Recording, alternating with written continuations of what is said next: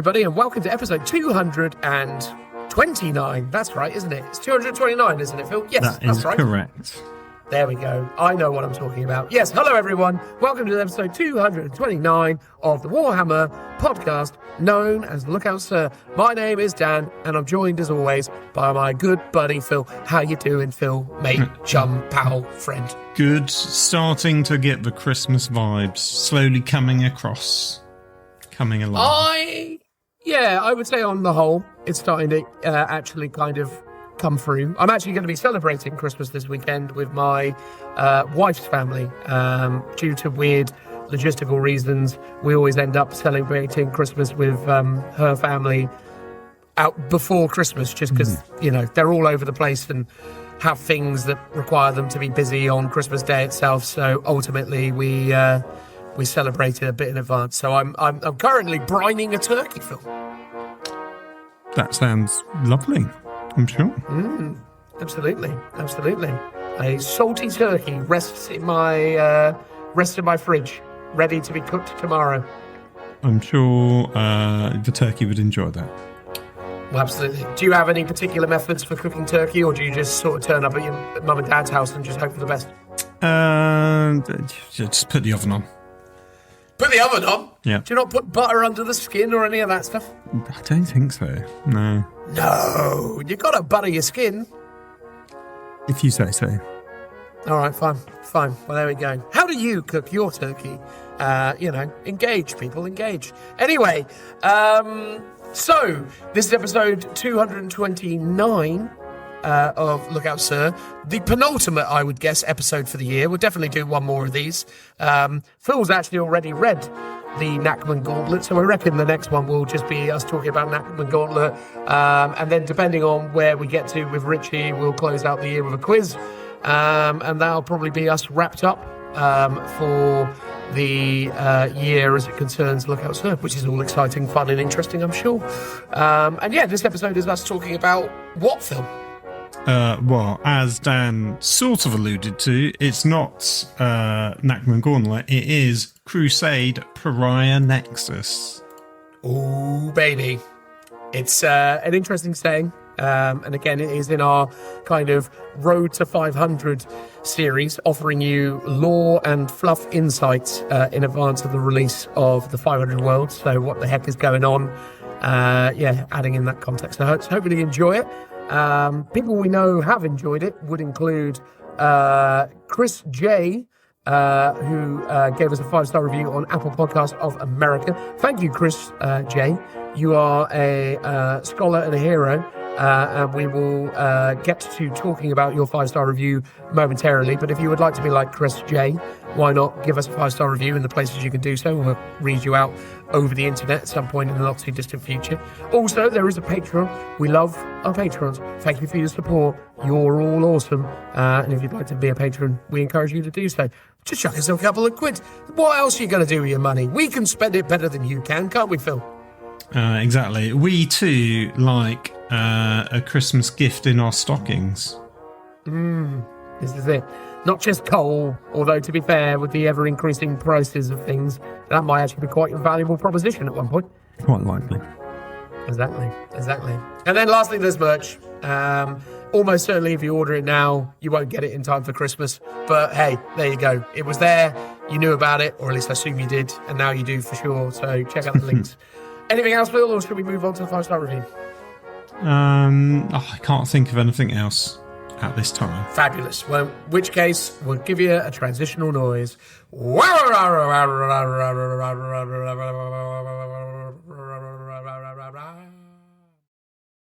This week's 5-star review, you already know, it comes from Chris J of the United States of America.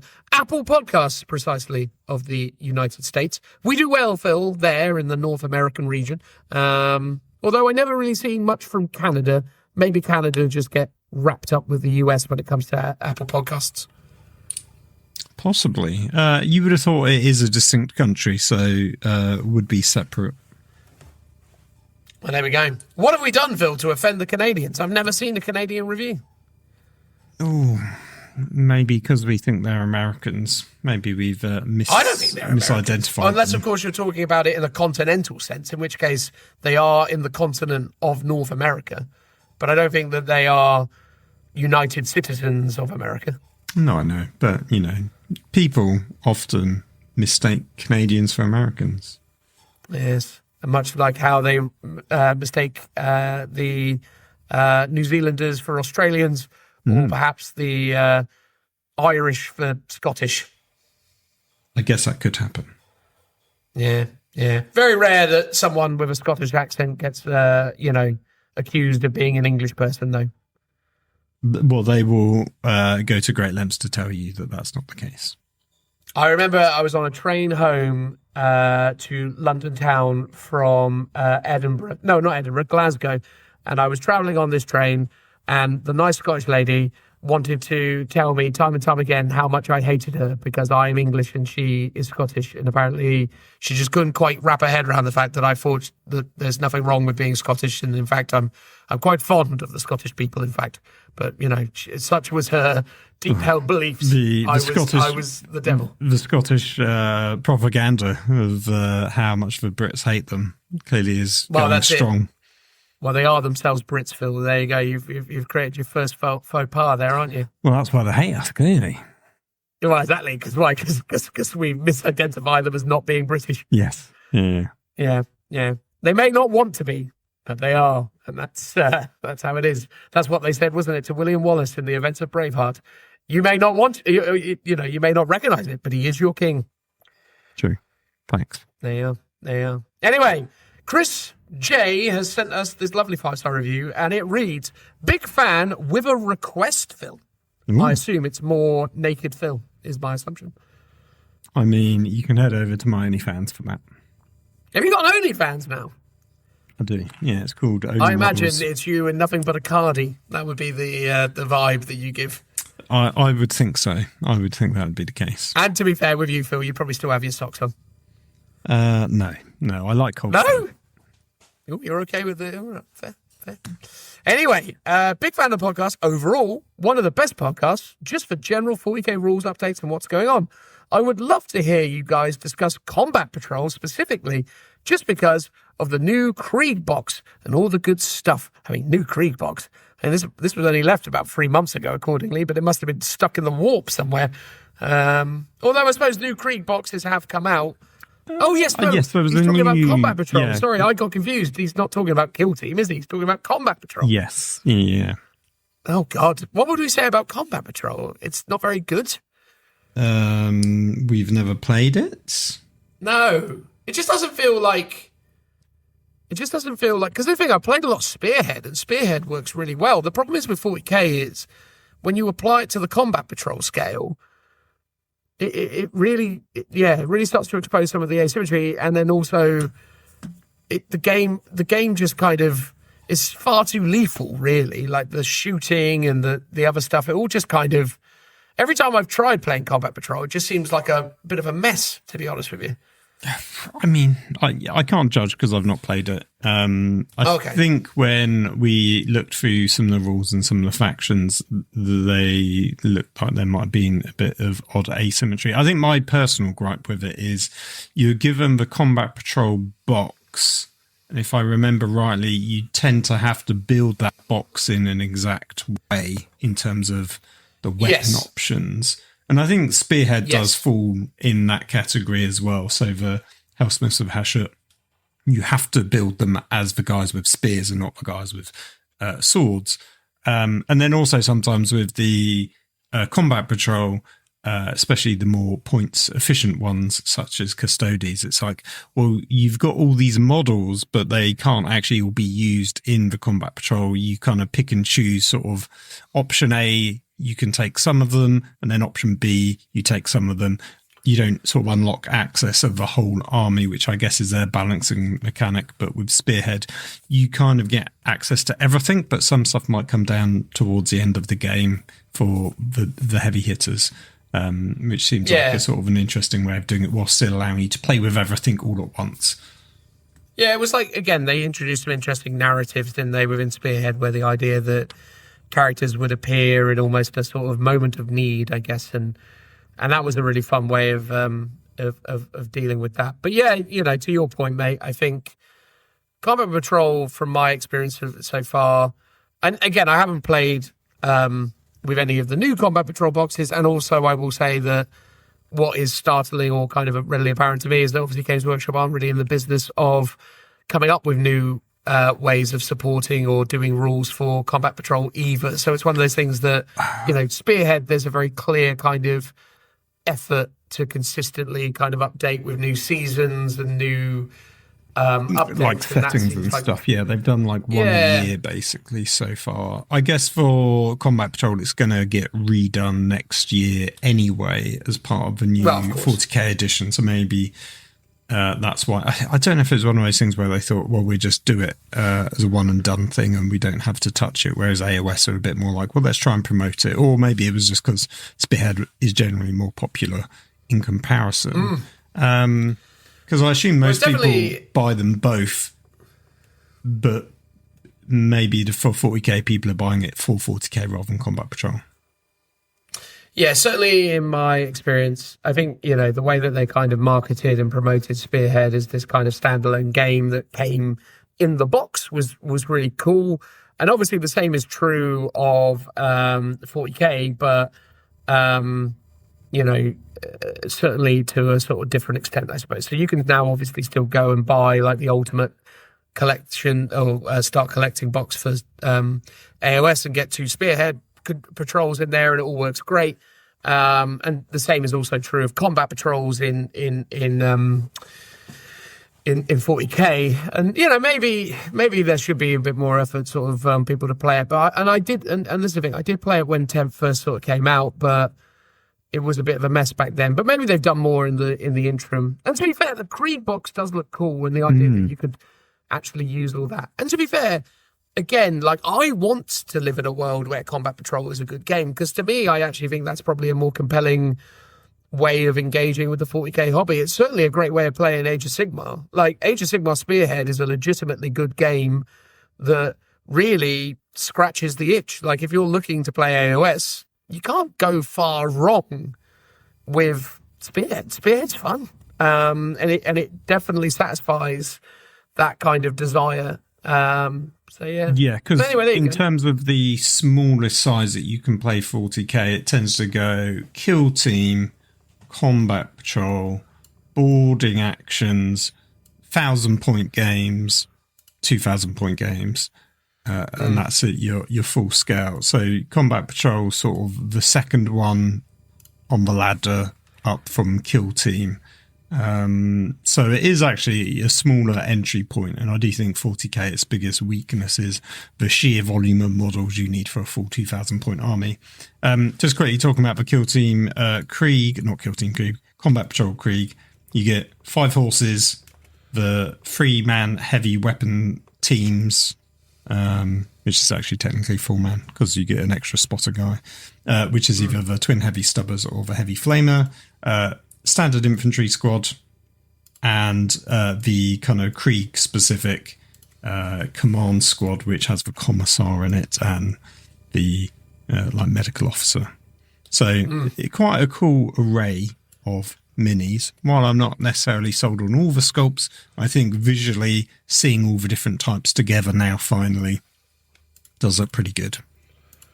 Yeah, it's cool, man. Like, I think for me, I like the new Krieg range. I just think I'm immediately apprehensive about buying it or getting into it on the simple basis that it's just a lot of stuff, isn't it? Like, it's that thing again, as always is the case. But then that's always been true of guard armies, I suppose. But more so now than ever, it feels like that's a lot of stuff to be buying if you're looking to get into playing guardsmen. But guardsmen have been known for years and years. Yeah, well, that's it. But then that's the other thing. The tanks don't seem to cost nearly enough now. Like, you get you just end up with hundreds of tanks as well, and it's like, oh my god, so many. But yes, there you go. We talked about it. Hopefully that was intriguing, at least to you, dear old Chris J. He says, clearly they're changing up the Combat Patrol boxes and they're making them a lot more like Spearhead boxes. And I don't disagree with you. I think they will have really obviously identified the overall strength and performance of Spearhead, and that it's actually been quite good. I know from my own kind of local club perspective, many of us are playing Spearhead on the regular. It's become a really popular game. We're starting a Spearhead league in the new year. And, you know, we've got like 25, 30 players or whatever it is, or maybe less than that. I can't remember. But we've got a lot of players signed up to participate in the Spearhead League, which is incredible. And many of these people are playing AOS for the first time. But it's kind of a testament to the overall game's kind of quality. So, yeah, I think that's a great thing. And yeah, closes out by saying, would love your tea drinking thoughts. Well, there they are. Unless you want our thoughts on tea drinking specifically, I don't really have any strong opinions necessarily. I've mostly been drinking jasmine tea this year because, you know, who doesn't love a nice, cool, refreshing green/jasmine tea? It's a beautiful thing. How about you, Phil? What's your tea drinking thoughts? Make sure you put the hot water in before the milk. Oh, yeah, 100%. Who puts milk in first? Weirdos, but they're out there. I suppose. Well, here's the thing, right? What's your rule on that if you're distributing the tea via a teapot? So traditionally, you put the milk in first because you are using china cups. Correct. Yes. And you don't want that to be damaged. If it's just a mug, doesn't really matter. But you know, at home when we're having our cooked breakfast on a weekend, I have the mugs with the milk in already laid out, the teapot's brewing while we're eating and having our orange juice. So therefore, we can just pour the tea and we're ready to go. There's no having to faff around getting milk later. So yeah, for efficiency, having milk in a cup when you have a teapot is the best way to do it. Yeah, that's what I always felt as well, because that's always been my sort of way of, again, it's mostly just because of the way my grandmother, God rest her soul, approached the task. She would always, but again, I think she was one of those folks who was, using the fine china, which isn't, that she had a collection of knockoff Forge World or fine cast figures, but actually, yes, proper sets. But good, there we go. Thank you, Chris J. And to elaborate on all of that further, here's Phil saying thank you. I also should have said thank you. I didn't, but I am now, and now here's Phil. Well, thank you, Chris J. Thank you for your kind words. I feel like we've already replied to everything else that you've said, so I'm just going to end it there. Have a great Christmas to you and also our listeners, which we'll give them a proper send-off next episode. But, let's tantalise it. Let's tease everyone and get in that Christmas spirit. So thank you very much. Absolutely. We've still got like a week and a bit to go. So, we'll put out one next week and see where we net out on things. That'll be a nice way to finish out the year on 230 episodes, Good milestone. Technically true. Right, good, great gravy. Let's get on with it. Thank you. Transitional noise. All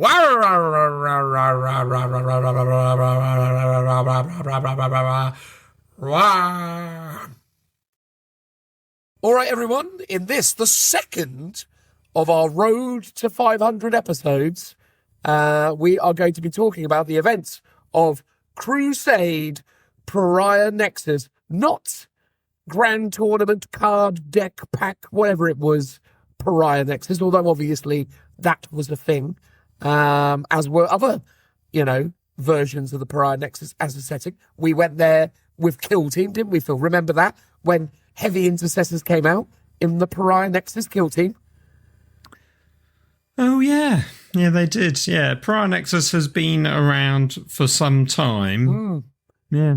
So there was Pariah Nexus Kill Team, which introduced flailed ones, and the Heavy Intercessors squad.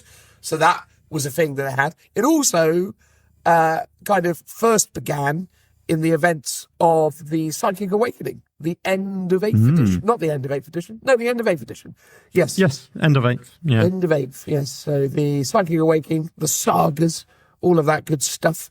So yeah, that was when they kind of first dealt with the concept of the Pariah Nexus. And then obviously Pariah Nexus has then since kind of been featured as a result of kind of like the events of the 9th edition Warhammer 40,000 kind of initial release, although this has kind of advanced it before then. So it's kind of been woven in to a bunch of end of 8th edition, start of 9th edition, now 10th edition shenanigans, right? Yeah.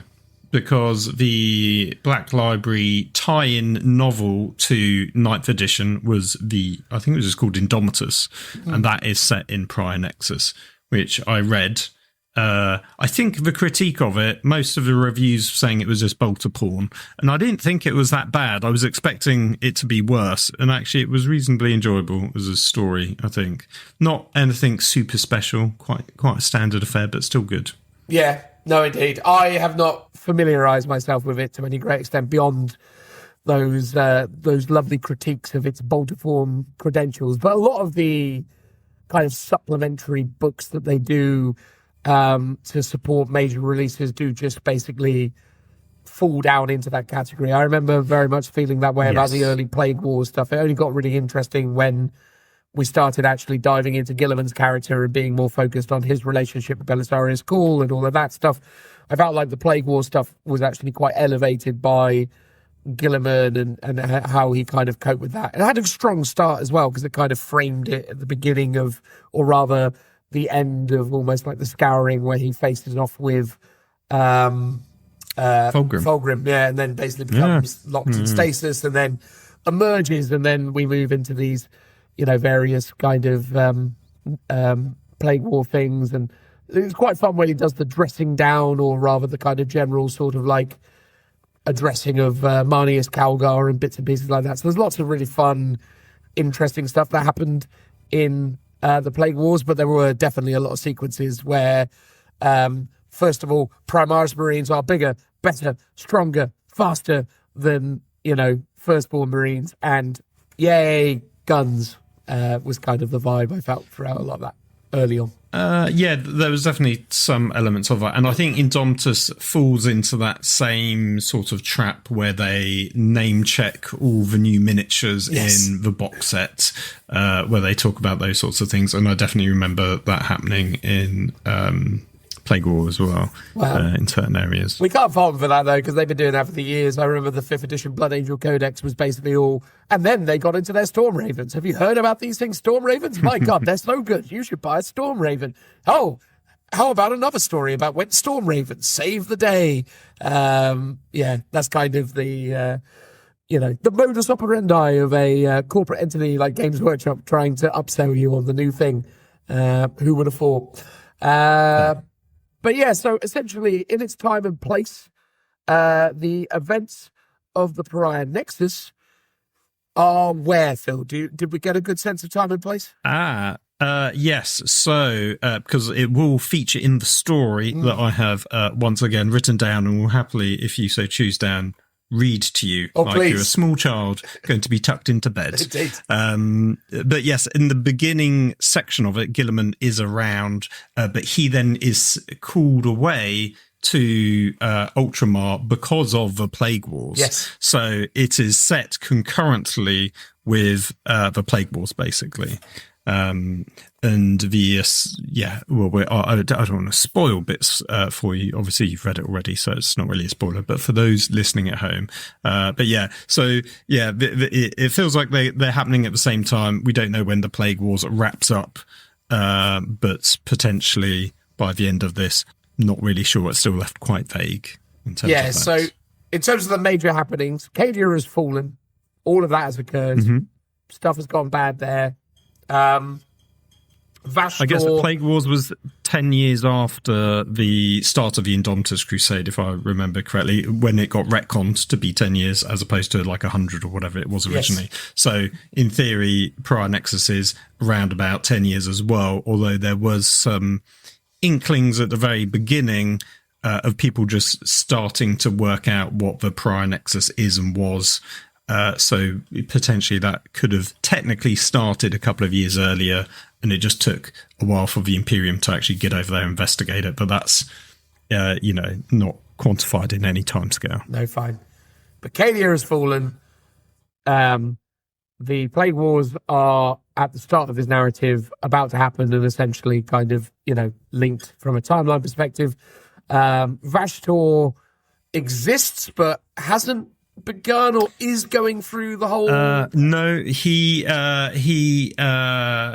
spoilers, is around. He's around for sure, yes. So the assumption is that the Arcs of Omen books have happened by this point, or finish at the very least during the events of partway through this book. Yes, fine, because that was the one that confused me. The Vashtor bit was a bit of a weird one. Yeah, because I think it feels like we had the Arcs of Omen physically much later than the other stories, so you would assume chronologically that would appear much later than Plague War and not the Tyrannic War, because that actually came even after that. Yeah. But the Prior Nexus. But actually, they're all kind of concurrently happening at the same time, even though we found out about some of these stories only, over the last few years. Yeah, so the broad consensus is all of these things are kind of happening at once. But we know that the third Tyrannic War has ended, Cadia has fallen, but we are now in a period of time where, depending on where you are in the universe, this stuff's going down, Yes, yeah. And I had to check a map because one of my criticisms of these books is they never give you a global map to set the scene of where you are within the galaxy. The core rulebook, however, does feature the Pariah Nexus on its map, hidden almost within the page fold. It's technically just in the Ultramar sector. It is effectively between Rindsworld and Badab, in a sort of north-south way. So Badab's north of the Prior Nexus, and Rindsworld slightly to the south. Rindsworld being famous for the setting of one of the Aeronautica books. I think it was actually the main setting of Aeronautica in general. It was the Crimson Fist homeworld, wasn't it? No, wasn't Rindsworld? It is. Yes. I think it is. I think it is the Crimson Fist as well. Yeah. That's if people know where that is, you'll know where Prior Nexus is. Well, exactly. If you know where that is, or you know where Badab is, bam, bam, bam. Yes, exactly. So the book itself doesn't give you like a precise map of, this is where it is in the galaxy, but it gives you like the sector maps of this is what the Prior Nexus looks like. But if you want that sort of overall, where can I visualize this in the galaxy? How close is it to Ultramar? If Gilliman's going off to Ultramar, for example, close-ish, I guess. So the thing about this book and this campaign is it is essentially following on from the events of the Psychic Awakening series, right? So essentially it does pick up where Psychic Awakening left off, right, Phil? I don't actually know, because I was under the impression possibly. So from my understanding of the Psychic Awakening books, as each one was compartmentalized into its corresponding faction. So I never got the Necron one. I just got the Astra Militarum one that also had Tau in it, which was, I think, a completely different story. But from what I remember of the animation that they produced with it, you had Inquisitor Draxus going off and investigating Necron stuff, and then you had, I don't think it's Caesares, I can never remember his name, but that really cool sculpt where he's like leeching the life force out of like a priest or someone like that. Yes, that came out at the same time. So he's one of the characters in the story, but he's not like the main one, I would say. Was it Illuminor Caesares? Yeah, it's Illuminor. Okay, it was him. Yeah. So I remember they were doing stuff, and that was the sort of introduction of the Prior Nexus. But I don't really know story-wise other than the stilling effect of the Prior Nexus and the sort of the pylons are doing stuff in that sector, and it was affecting the Imperium. Other than that, I didn't really know what the story was, basically, at that point. Yeah, so essentially, as I remember it, I should have really researched this better, but as I remember it, Basically, Guilliman, Ultramarines, Black Templars go to a part of space that is the Pariah Nexus.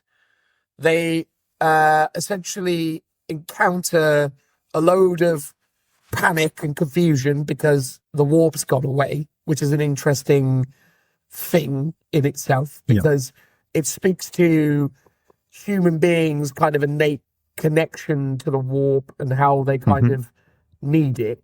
And then obviously then speaks to the idea that the Necrons don't need it so much. So even though this entity, the warp, is this kind of swirling mass of chaos that creates all this instability, terror, and danger in the universe, it is ultimately as much a part of us as it is obviously itself, I suppose. And the idea being that when it's not about, people start to go a bit loopy. So there was all that stuff with astropaths and other things being all like, oh no, I don't have my magic powers. Oh, Lord.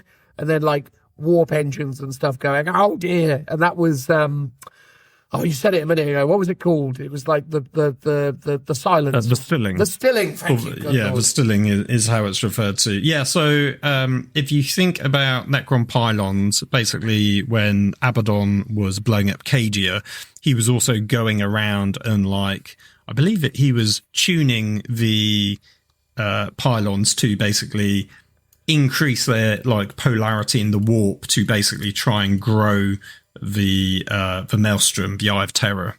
And he was like ramping them up. But basically the Necrons are doing the opposite, and they're inversing that polarity to make them a negative to the warp, much like you have, like Sisters of Silence, where they are like gnolls and psychic gnolls, and people hate being around them because they don't know quite what it is, but they feel like there's something weird about them. And that's the lack of the presence of warp, which, as you were saying, everyone sort of has an innate connection to.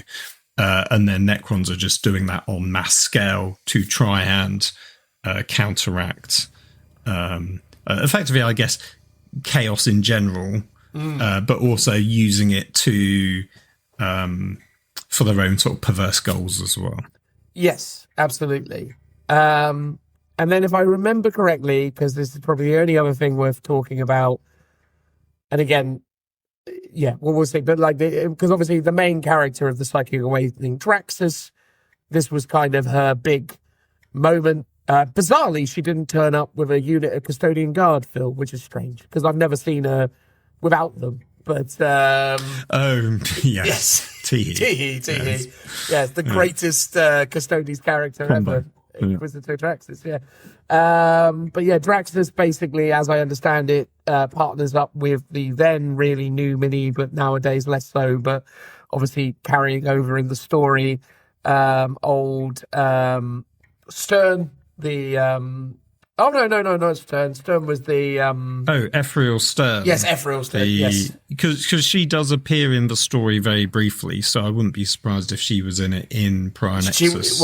in the Psychic Awakening. She definitely was, because she was like a new kit at the time. Like, they literally only just released that Sisters kit, so they were much more hardcore on the, go out there and buy the lady on the plinth. She's well cool.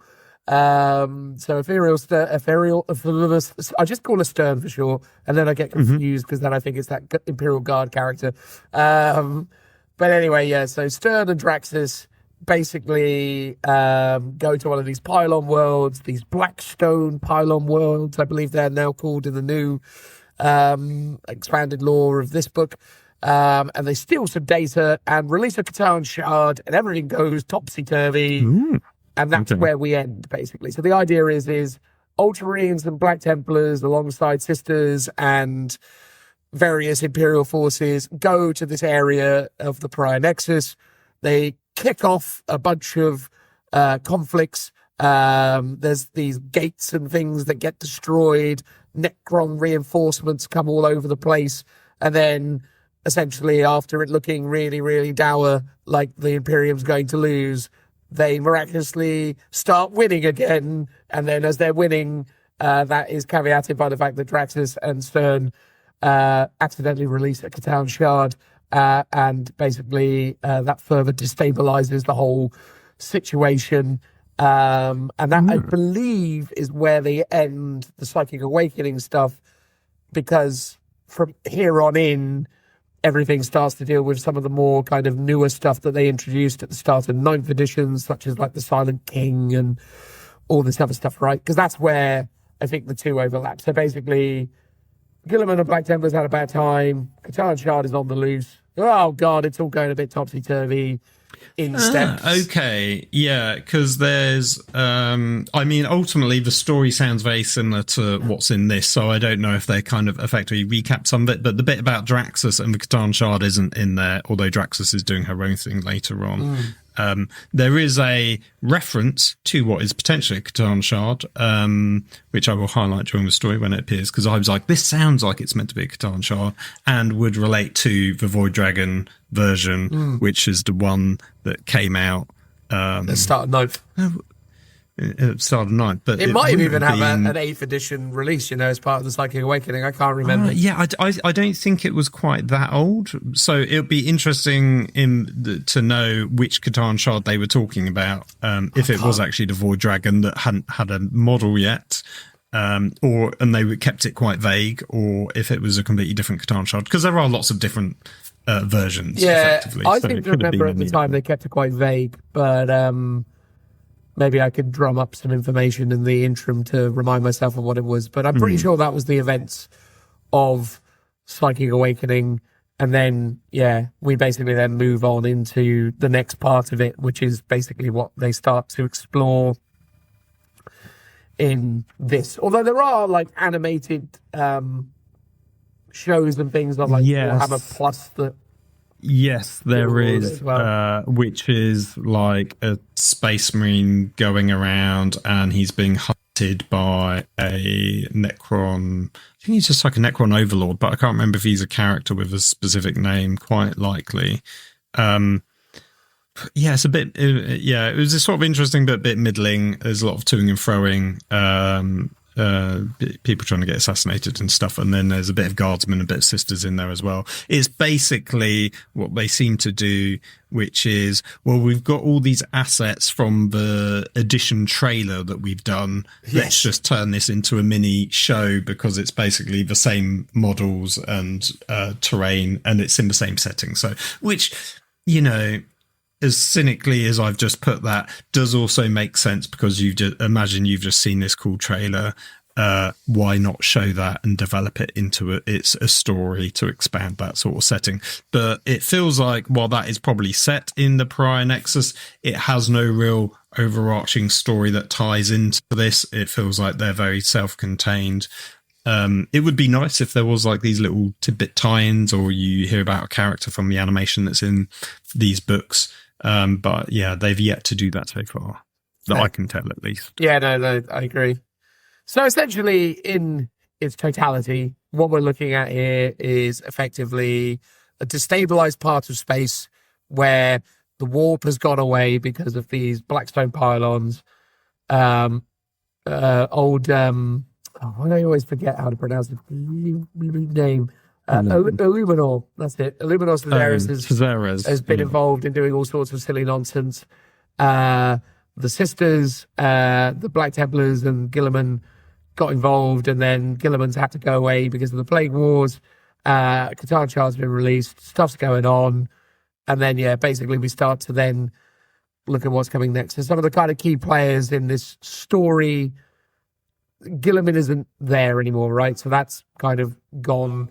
Well, he's in it at the very beginning, but then goes off. So it's mostly Stern of the sisters, Illuminor of the Necrons, alongside Imotekh the Stormlord, also the Orican the Diviner, yes, and the Silent King, for the Necrons. For Space Marines, it's sort of like no-named generic. It's more a Belisarius Cool story, isn't it? Let's be honest. And then, and Cool shows up sort of halfway through, I think, and then it's sort of his story from then on, basically. Yeah. So basically, long story short, it's an interesting narrative. I will preface this before we get into it and actually say, to its credit, it's one of the more intriguing narratives in modern Warhammer 40,000. I actually think they've done quite an interesting job of layering this and making for some really fun moments, which is great to see. I think what we found with the Fourth Tyrannic War was that it felt very kind of shoehorned together and was dealing with very kind of lowest common denominator style elements. So it was all very much like, we must defend the world. And as Phil said, was the Imperium on the defensive, whereas this is the Imperium more on the offensive, but then also kind of with a much greater sense of agency almost. They're kind of caught between things and having to kind of be more agile in their thinking or trying to kind of assert more of their presence in the moment, I suppose, which actually becomes quite an interesting narrative for the Imperium. Yeah, what I like about this is Necrons have agency and they're doing, like, they have actual strategy of what, like, they're actually trying to achieve a thing beyond we must take over these planets. Yes. Which is basically, the Nachman Gauntlet story, which we'll be doing whenever we do the next one of these episodes, and the Tyrannic War are very similar stories where it is a almost mindless force, whether it's Chaos or Tyranids, just invading Imperial space and attacking planets. And that is overall the story of both. And they are quite similar in that regard. Whereas this, as you said correctly, it's almost like the Imperials on the offensive, effectively retaking Imperial worlds that have now been taken over by the Necrons. And there's a lot of toing and froing, and they're all doing different tactics. And there's, bits of space combat, bits of stuff on planets. It feels like there's a lot more going on. It felt like a much bigger read, but I did a page count, and it's basically the same. If I recall, because I basically did a quick page count of all the books to see if there was much difference. So Prior Nexus is 32 pages of full story, and those were pages that actually had a decent sized amount of text on it. It has 2 pages of maps and 7 pages of like narrative story, which is where there's like spoken word, and it's like a Black Library sort of mini short story. And then if you compared that to the Tyrannic War, which had 33 pages, but 4 pages of maps and then 6 pages of stories. So actually it's ultimately about the same. I think the one that has the most, which I did pre-page count, is Armageddon, which has 37 lore pages. It's also got 8 pages of maps, 2 pages of army lists, 2 pages talking about like characters, and then 3 story pages. So ultimately Armageddon wins for the most content, but actually because it's got so many pages of maps, probably has a lot less text to read through in comparison. And then Nachman Gauntlet was sort of very similar, 34 pages of lore, and then, a bunch of other stuff, which I won't go into. But it's interesting to see the development of the layout and design. So Tyrannic War is very simple. It's like some maps, some stories, and that's it. And then as you go on in these books, they start putting more and more stuff in. So more detailed maps. One of them, Nachman Gauntlet, has like a propaganda poster and like a leaflet. So it's like sort of real world artifacts that they're presenting. And then they're doing, the later 2 have like army lists, which is what they used to do in a lot of the Warzone books in 9th edition, where it was like listing out very like almost as if you're in the Adeptus Administratum, like, here's all the factions fighting in this war, these are the names of the regiments and the ships and stuff like that. That's sort of interesting that they start including those things potentially as they feel a bit more confident with these stories, or maybe they're less time pressed. The development of these Crusade books gets more interesting as you go through, which is cool. Yeah, it's definitely. Oh, sorry, excuse me. Sorry. Yeah, it definitely feels that they are finding more comfort with the narrative, and I think the thing is as well with both the Prior Nexus as well as the Nachman Gauntlet were settings that they started to introduce and explore in prior editions, so they have already got like foundations and ideas. I think the Fourth Tyrannic War as a setting kind of just felt very reactionary and very kind of quick in the way that it was potentially put together, relatively speaking, anyway. I mean, I guess the one criticism about the story is it doesn't seem to give you much backstory about previous events that had happened. That's true. The Trannic War, it doesn't really talk about the other Trannic Wars that much at all, other than name check the, was it Cassius, the Death Watch guy? Yeah. Having been in it previously. This one doesn't really give you any backstory about what Draxus was up to in the Psychic Awakening. So I assumed this was maybe starting from scratch and just sort of showing you the whole story from start to finish, because that's sort of what it feels like. But clearly not. So that bit's missing. And I think Nachman Gauntlet does probably a slightly better job of talking about the setup of Vigilus, because it sort of needs to set the scene in terms of what's going on, because that is like a direct continuation from those books. Yeah. So that one does a slightly better job. Armageddon, I've literally read 2 pages of so far, so I don't know if that's going to talk about the previous Armageddon wars, but it feels like, my guess is it won't. They're just like historic things. Because they don't really tie into, much like the previous Trannic wars, doesn't really need much of a setup, because this is like a new war that's just happening on Armageddon. This is a new Trannic war, which is happening in a different part of the galaxy. So maybe that's why it's got the separation. Whereas, Nachman Gauntlet is so tied to those previous books, I think it had to do a better job of, or did do a good job of sort of setting up that previous story. No, fair. So anyway, cool. Well, we've somewhat laid the foundations in terms of what this is all about, hopefully. So, at this point, you should hopefully realise that if basically the forces of the Necrons, the forces of the Imperium, specifically the Mechanicus and the Space Marines and the Sisters, and then also a bit of Chaos sprinkled in for good measure, because obviously Chaos aren't a fond fan of having their warp energies stilted, stilled, silenced by Blackstone pillars or whatever these things are called. Sorry, pylons. There we go. Blackstone pylons, but also they're often referred to as Noctilith pylons as well. Yes, is the other term that's used for them. So which will appear in the story. Well, go on then, Phil. Get us started, mate. Tell us the words. Okay. So starts off the War of Sorrows and Silence. We start off on Messenor with Sergeant Ulysses of the Imperial Fist alongside his men and Imperial Guard that have been battered by waves upon waves of shambling Necrons. They fall back to their what they call the third embrasure, which is like a defensive line. Some guardsmen struggle, they're moving slowly and crawling. Some have stopped altogether with their eyes glazing over. The stillness has taken them, which is what we're talking about, the effect of the lack of the warp. The Necrons pass over these humans as if they weren't a threat, so they're not bothered by them, because they're like, we can deal with them later.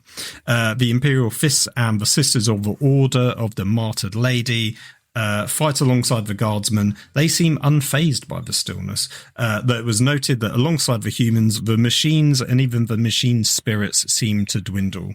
So the stillness is affecting mechanical stuff as well as humans, which I thought was quite interesting. But that sort of makes sense when you think about how all the machines have little, servo skulls attached to them, or they have a form of consciousness to some level. Because that's what they have all the organic components that need to be, observed, I suppose. So, understandable that they're not fully functional.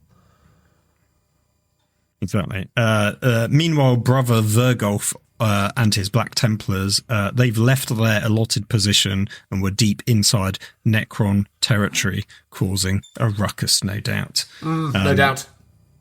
Yeah, as they do. So the next section is the Zone of Silence. So what started out as the Zone of Silence from the Nephilim sector eventually became known as the Nephilim Anomaly, which is pretty much how it's referred to for the most part in the book. Eventually, then it became the Prior Nexus, basically. That's the name it got given. Something so intriguing, it had the personal attention of Roboti Gilliman, who was half a galaxy away. but he was like, this is important.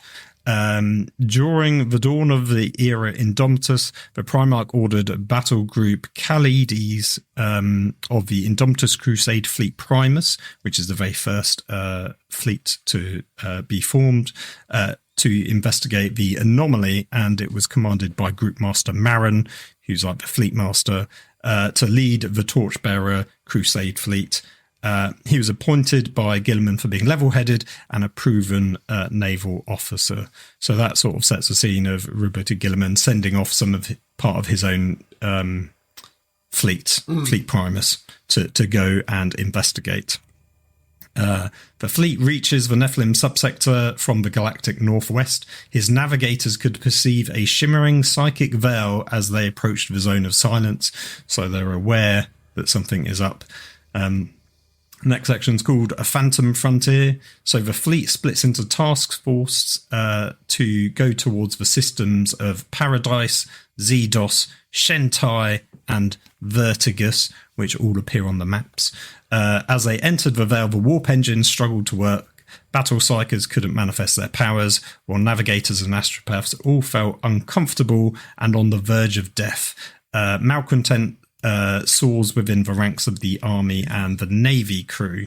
So immediately the new fleet has arrived, but they're struggling basically with this Necron effect. When they reach the planets, citizens are like unresponsive dolls with glassy eyes, overwhelmed with spiritual and physical lethargy. It is basically the phenomenon that's known as the stillness, and that's when it's first recorded as such a name. It was on Mesmok in the Zedos system. Great names. Great names. Mesmok in the Zedos system. Yes, lovely. They first find the cause of the stillness, so the Blackstone pylons, so tall they reach the troposphere, so basically into the atmosphere. And it was these pylons, as it was when these pylons are attacked, that the creators of the master plan were revealed. Spoilers, it's the Necrons. They surge forth across the system, across multiple battlefronts, because they're like, the pylons are in danger, we need to defend them. Meanwhile, the stillness spreads across the system, planets are forewarned and try to quell uprisings, while Chaos and Xenos forces attack Imperial planets, seemingly in a last-ditch effort to like get some resources on their way of fleeing the oncoming tide of the stillness, because it's sort of growing, basically, at a slow pace. Then we've got a little bit about the Noctilith. So it says, otherwise known as Blackstone, this black mineral is the same substance as that of the Cagian pylons and Blackstone fortresses, from which the game comes from. It can polarize warp energies to either repel or channel the Immaterium, and while few in the Imperium understand its importance, the Necrons have mastered its use beyond anything humanity could imagine. And then I think even they don't know the full scope of how it works, but they are so much better at it than anything the Imperium knows, basically. Then we've got a stilled region. So Imperial settlements and planets lay pretty much empty, with most of the human citizens missing or they fled. Those that remain, including the animals of the world, were found in a stupor. So that's just the effect of the stillness everywhere. Marin's own men start to fall to the stillness, and while the Marines and knightly households seem to have some resistance to it, it's only slowing the effects. It was only the Sisters of Battle who showed no ill effects, and it's basically this whole concept of faith, and their faith in the Emperor is what sort of gives them resistance to these stilling effects, which is quite an interesting concept, I think. Well, it's a weird one, isn't it, that they essentially suggest that the Sisters and their faith are not impacted or damaged by the stillness, but yet it is also broadly understood that their faith is essentially a manifestation of warp stuff. So it's sort of weird that it kind of breaks some of the established continuity that their acts of faith have often been considered warp based in nature. the way I would perhaps think about it is each individual sister with her faith is like a torch or a brazier burning a little bit of light in the darkness of the stillness that is trying to engulf everything. So they are effectively able to resist the effects of this warp nullifying effect. Now, you could argue then that they should also, be, anti-psychic nulls, right? So if a sister was next to a Sisters of Silence, maybe psychic powers should still work around them if they are, if that is true, like if they're somehow able to counteract an anti-warp effect upon them. So it's obviously not that though. So it's weird that it's a similar thing to what we've seen elsewhere, but not quite, and is somewhat different. Fair, yeah. I mean, it's an interesting inconsistency, I guess. True, but there's enough sort of wiggle room that I think it's fine. I don't think it's a problem. It does remind me of the Crusade books that they did in, I think, 9th edition, where there was one that I picked up. I can't remember what it was called, but maybe it was Prior Nexus, because it was all about faith, or it was like Fire and Faith or something, and it was like Black Templars and Sisters. Yeah. The Crusade mechanics were all about like sort of faith points and things like that. How much zeal you had, I think. As part of that crusade, which is quite interesting because obviously I think it was set in the Prior Nexus, but the missions were themed to it, but there was no like story within it.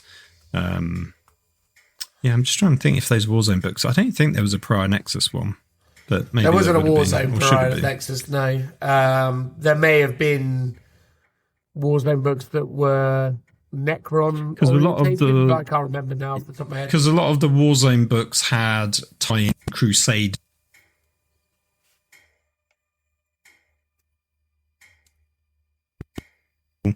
But I don't think there was one specifically tied to Prior Nexus. But you're right, there probably would have been a themed one, because there always is with those books. Yeah, exactly. I feel like the Metallica one. Yeah, please carry on, buddy. Fair. So the towering pylons on Mesmok were discovered by the Ultramarines. During the attack against the Necrons, the pylons deflected the orbital bombardments with their quantum shielding. The Imperial Guard forces suffered terribly from the ill effects of the stillness. The Ultramarines had to make a fighting retreat to escape alive. Inquisitor Draxus makes her first showing. She led the investigation into discovering more pylons. Some were discovered in solid rock, others out in deep space. So they're sort of all over, and they look kind of all different, basically, in terms of where they are. More Imperial losses followed on from the Battle of Mesmok, with the first notable success led by Ephriel Stern, the Demifuge, fighting not where the pylons were, but on the planet of Charist, which is the notable planet that we have reoccurring throughout the story. It's in the Lomor system. It proved a critical transportation hub for the Necrons. The southern pole was a trio of dolmen gates used by the Necrons. Again, these are referred constantly but never explained. I believe they're just like teleportation portals that allow them to like translocate between gates from planet to planet. So think of them a bit like the Elder Warp gates. I'm fairly sure those gates were definitely also established during the Psychic Awakening events, because I can definitely recall that being part of that whole sequence of events. Continue. That makes sense. The Sisters of Battle, joined by Imperial Guard and House Mortan, they're invigorated by the fervour of the Order of Our Martyred Lady and the Bloody Rose. The Imperial Guard seem less affected by the stillness. The battle was won and the gates were destroyed, which will be handy for them later. Group Master Marin now knows of the importance of faith in staying off the blight of apathy. Even soldiers who had succumbed to it could be snatched back to life when surrounded by members of faith, whether that be the Imperial cult or even the cult of Mars. So that, in a way, is sort of completely different to what we were talking about before, because obviously sisters and Black Templars have faith, but that's very much in the manifestation of the Emperor. Yeah. And you could imagine it being some sort of warp thing, whereas Adeptus Mechanicus, while they have faith in the machine god, and which is effectively the Emperor, it is the Emperor. It feels very much, but it feels very much like it's not warp related when it's their faith, but maybe it is, and they just don't know about it because they don't do psychic stuff, do they? Well, they do lots of chanting and lots of praying and lots of due deference to the machine gods, right? Like that's their whole thing. Yeah. They basically spend their whole time in sort of subjugation to these, that is true. Mechanized gods. That religious, fervor of some form. So when Rebuti Gilliman's own force enters the Rebuti Gilliman's own force enters the Nephilim sector due to the vagaries of the warp, it was far from battle group Khalides and had to fight its own battles. However, it was soon called away to Ultramar, where there was a new threat beginning. The Plague Wars had begun. Yeah. So basically, Gilliman gets here for the smallest amount of time, and then he has to leave. Yeah. And that is his contribution to the entire story, pretty much. You hear about him a bit later on, but he doesn't appear ever again. Yeah. He was there for the start. The most important bit, some were saying. So, Yeah.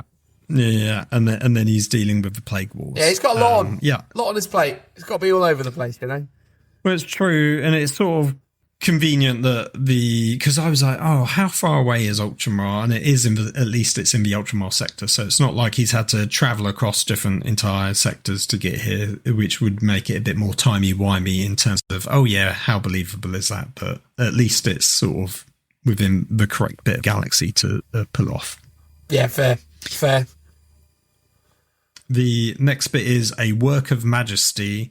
So the Nephilim anomaly is just a small cog in a galaxy-wide plan created by the Silent King, intent on separating the warp from reality itself. Under the Silent King worked cryptex and technomandrites, the greatest minds from the most noble of Necron lineages.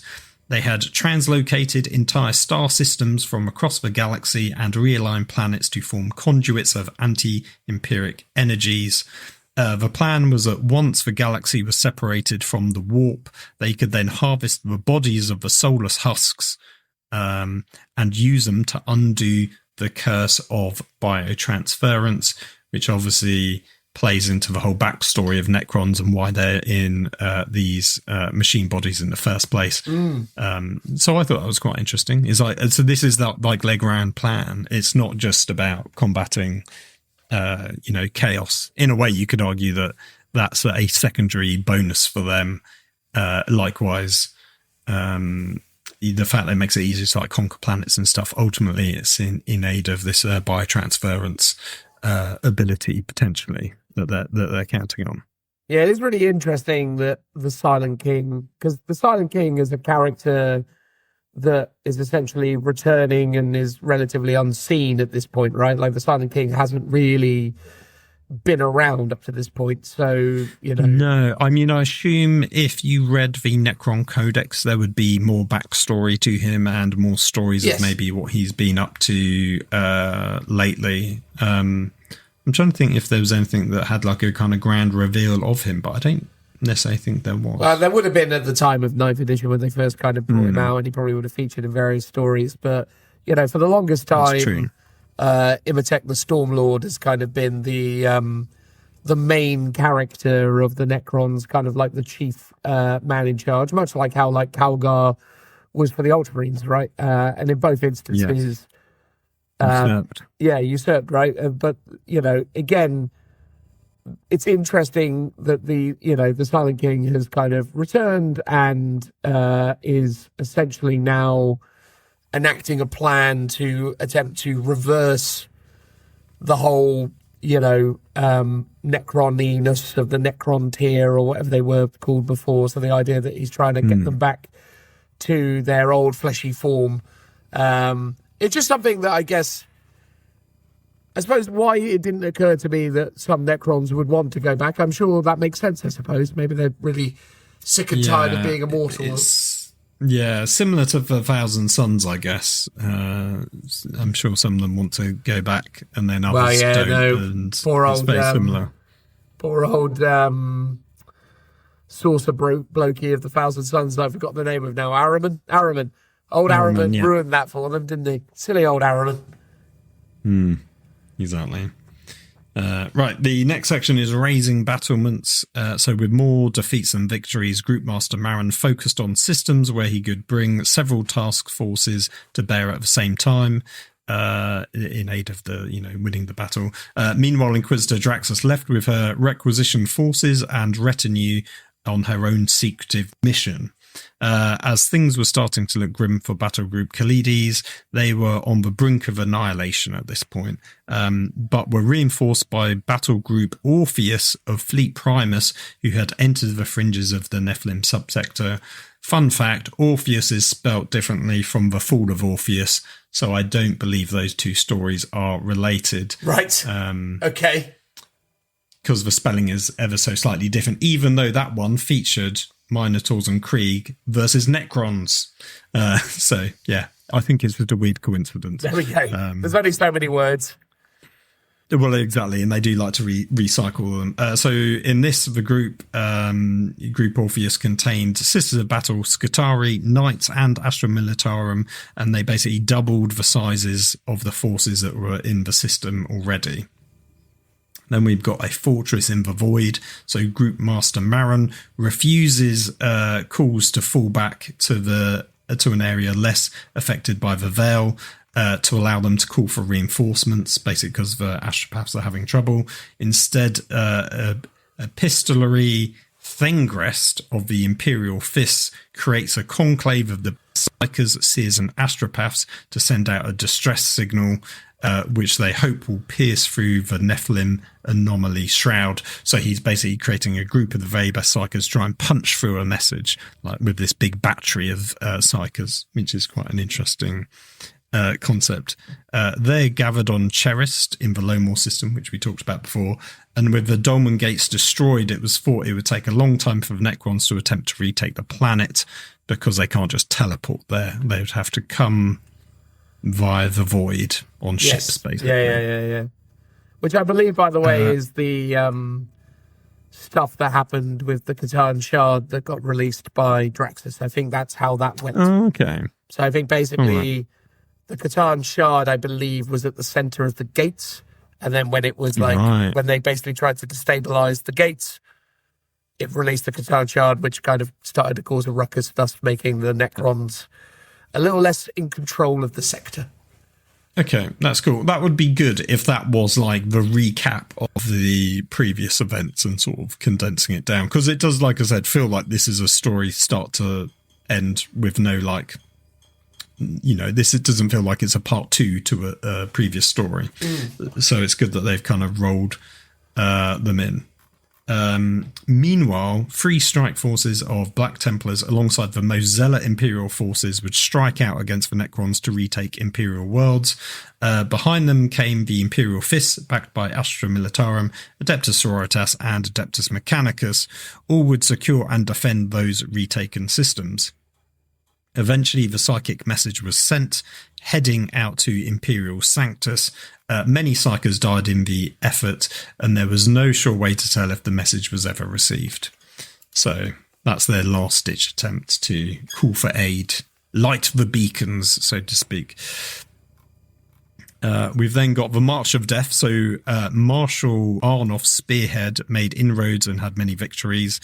He was soon reinforced by Stonva's reserve force, but the tide waded back in the other direction as Necron forces gathered en masse and made their own planetary assaults. So this is where we're starting to get the toing and froing between the Imperials and Necrons, who's winning and who's not.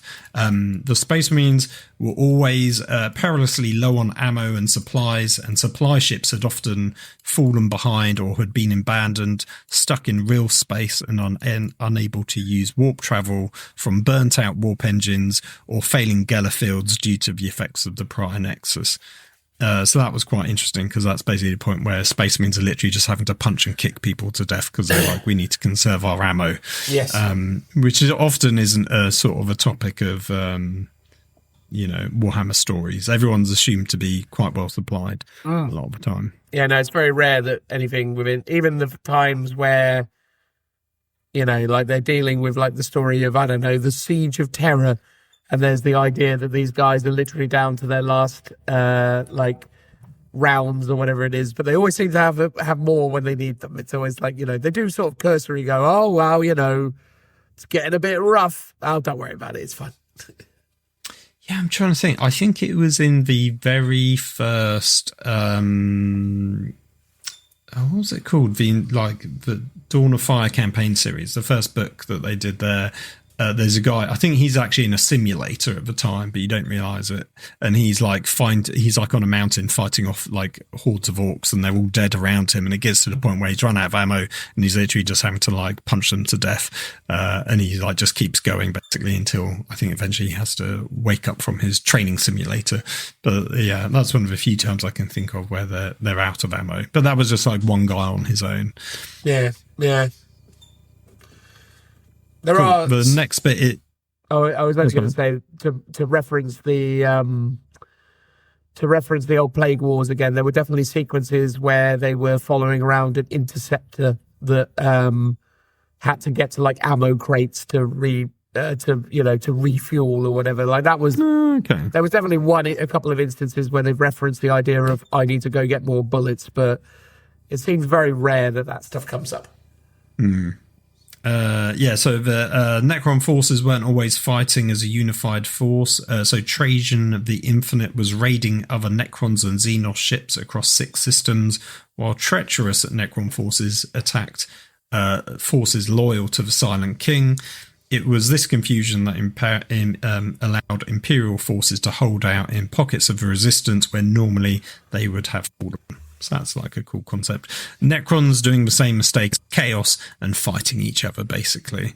And that is the crutch that, I don't want to say it's a crutch that Warhammer relies on, but it allows the Imperium to sort of still win when ultimately they're all against these insurmountable forces. Chaos fights each other, so that's why Chaos never wins. Necrons in this instance fight each other, so Imperium never win. At least Tyranids don't really fight each other. They just tend to do their own thing, don't they? They kind of keep out of each other's way. They do, yeah, absolutely. They're pretty pally. I think the stuff with the Necrons fighting Necrons, though, I think again speaks to their intriguing nature as a faction and also their, sense of agency. And I think the motivation behind the Necron Civil War element is actually really interesting as well, and I'm sure you're going to dive into that in more detail in a moment. But I think that's one of the things that actually kind of elevates the work in some regard, like the idea that these Necrons are coming at things from different perspectives and they have their own agendas, and that actually this area of the Pariah Nexus has been created as much to kind of, pursue these objectives, but it's also become the site of a Necron Civil War, which is an interesting concept in itself as well. Yeah, I guess it goes to show the evolution of Necrons from their very early iteration, where they were effectively Terminators and a bit mindless and maybe a bit too similar to Tyranids in that respect. Whereas now they have personalities. Now there's like dynasties, depending on how you want to pronounce it. And they have their own like little sub-factions.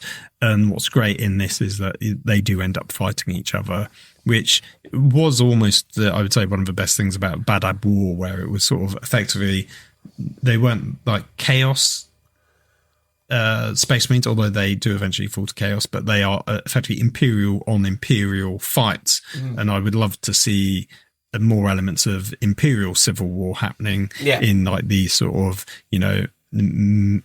either sort of not cases of necessarily mistaken identity, but conflicting ideologies that force Imperial forces to fight each other. And that's what's great that we see here with Necrons, is that they're coming across those same sort of issues, and the different motivations behind the different Necron lords and why they would end up sort of fighting each other, I think is done. It's not like what people say when they're going, oh, it's it's a training exercise. That's why guardsmen are fighting custodies. Yeah. It's like, that's the weakest of all logic. But okay, that's when you're at a table, people just say that, and that's fine. But they've done a good job here of explaining it in detail as to why it happens. I think that's the thing. They've definitely started to explore and do more things with that in the last 10, 15 years and develop it beyond just the heresy where it was so clearly defined as these are your traitors and these are your loyalists. I think they've definitely started to dabble into more kind of nuances around kind of renegades and other kind of interpretations and the hierarchical structure of it as well. The idea of the story that they put out a year, maybe 2 years ago, of the custodian guards that were basically killing Space Marines because they just suspected that they were treacherous, even though they weren't. They were just basically having a difference of opinion. Yes. Yeah. Well, the custodies kill the Space Marines on their torchbearer fleet that were sent to reinforce a planet because that planet's Space Marine chapter fell to chaos. Yeah. And the custodies are basically like, but you're the same blood, you're the same guys basically, so we can't trust you, so off you go and kill them basically, which is that was a great story actually that appeared in White Dwarf quite a few years ago now, but made some waves around the internet at the time for being quite an exciting story.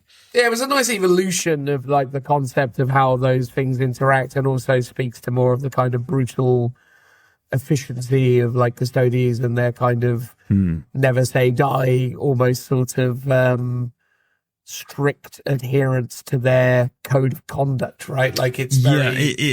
it was very much, as you say, the custodians sort of doing things by the letter of the law, and then the Space Marines ideology is almost like the band of brotherhood is stronger than almost their ties to the Emperor, because they're like, oh, well, we're loyal, but it's like the captain's like, I'm loyal to my men. Yeah. Sort of first and foremost. So he's like, no, I'm not gonna just hand in my weapon and, do what you say sort of thing.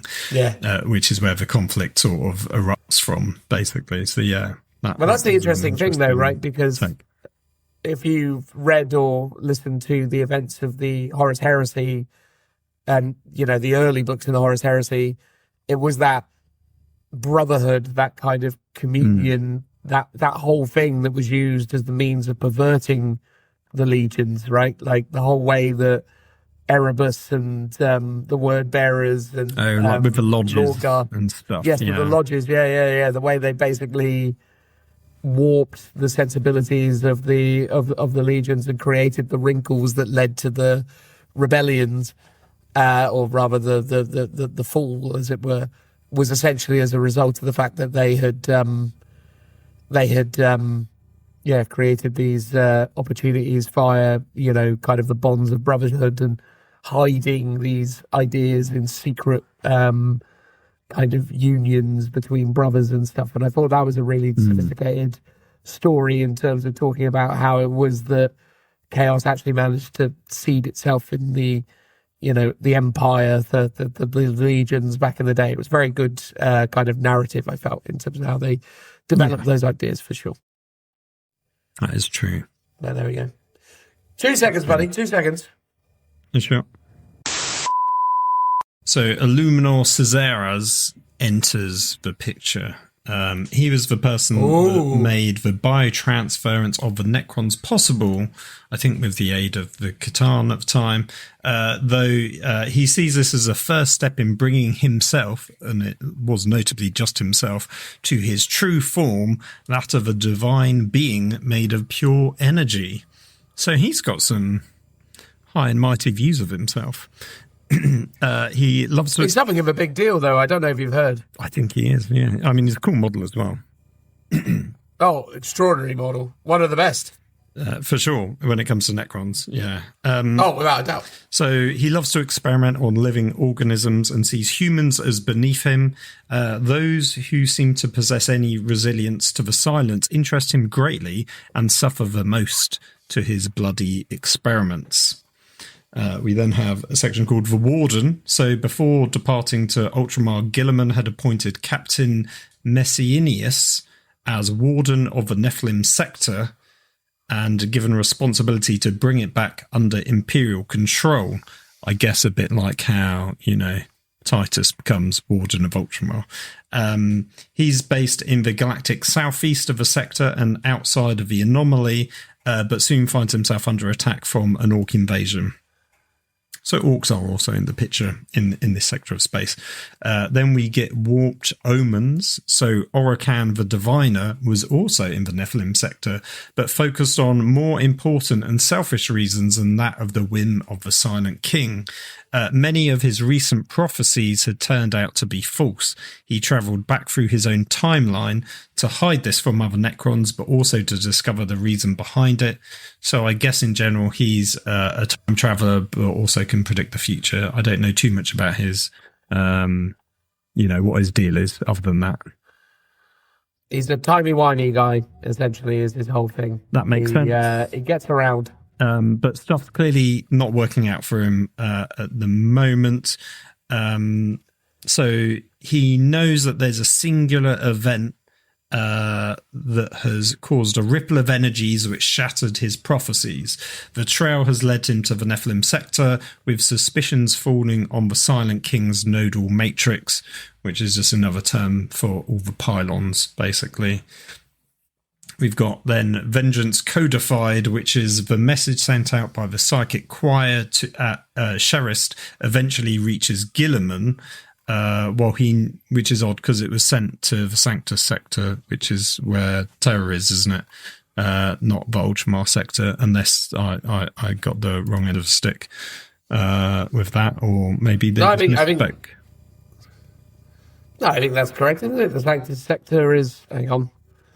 Gonna have to get out the old flipping map. Because Sanctus is where the Tyrannic War's happening, which is basically to the left, not to the right. And they specifically said Gilliman went to Ultramar, which is in the opposite direction of where Terror is. So, so someone messed that up. Or maybe it got sent out in every direction and he also picked it up, maybe is the best way of viewing it than anything else.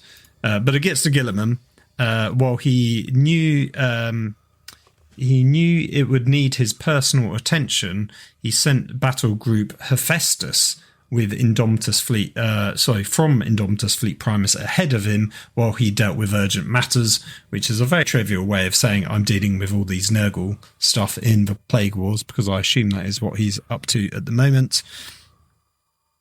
So he sends out group Hephaestus. It's led by Group Master Vicrane, who's leading the fleet, and the force was augmented with a huge Mechanicus force led by Belisarius Cawl, who had the best chance of understanding the Necron threat. Their goals were to basically stop the spread of the Necron nodal network and reinforce battle groups Kalides and Orpheus, which are the ones that are currently in the Nephilim sector. The hope was that Gilliman's arrival with further reinforcements down the line, they could finally eliminate the Xenos threat for good. So, this new battle group's basically sent to plug the holes in time for Gilliman to arrive. We've then got the anomaly. So despite huge numbers of Imperial forces on paper, it was barely enough to hold on to the most strategic of locations, let alone the whole subsystem. We name check the Necromunda spiders, Mordian Iron Guard, Cagian shock troops, Death Watch, and even Minotaurs taking part in this campaign. There was a bunch more, but these are the ones that I noted down as being the most interesting and noteworthy. On the ice world of Cherist, 2 Imperial Knights are on patrol and are ambushed by Locust heavy destroyers.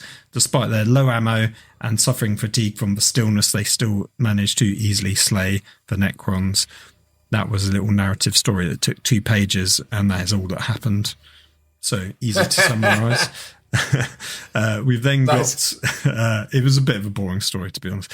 We've then got the Noctilith acquisition.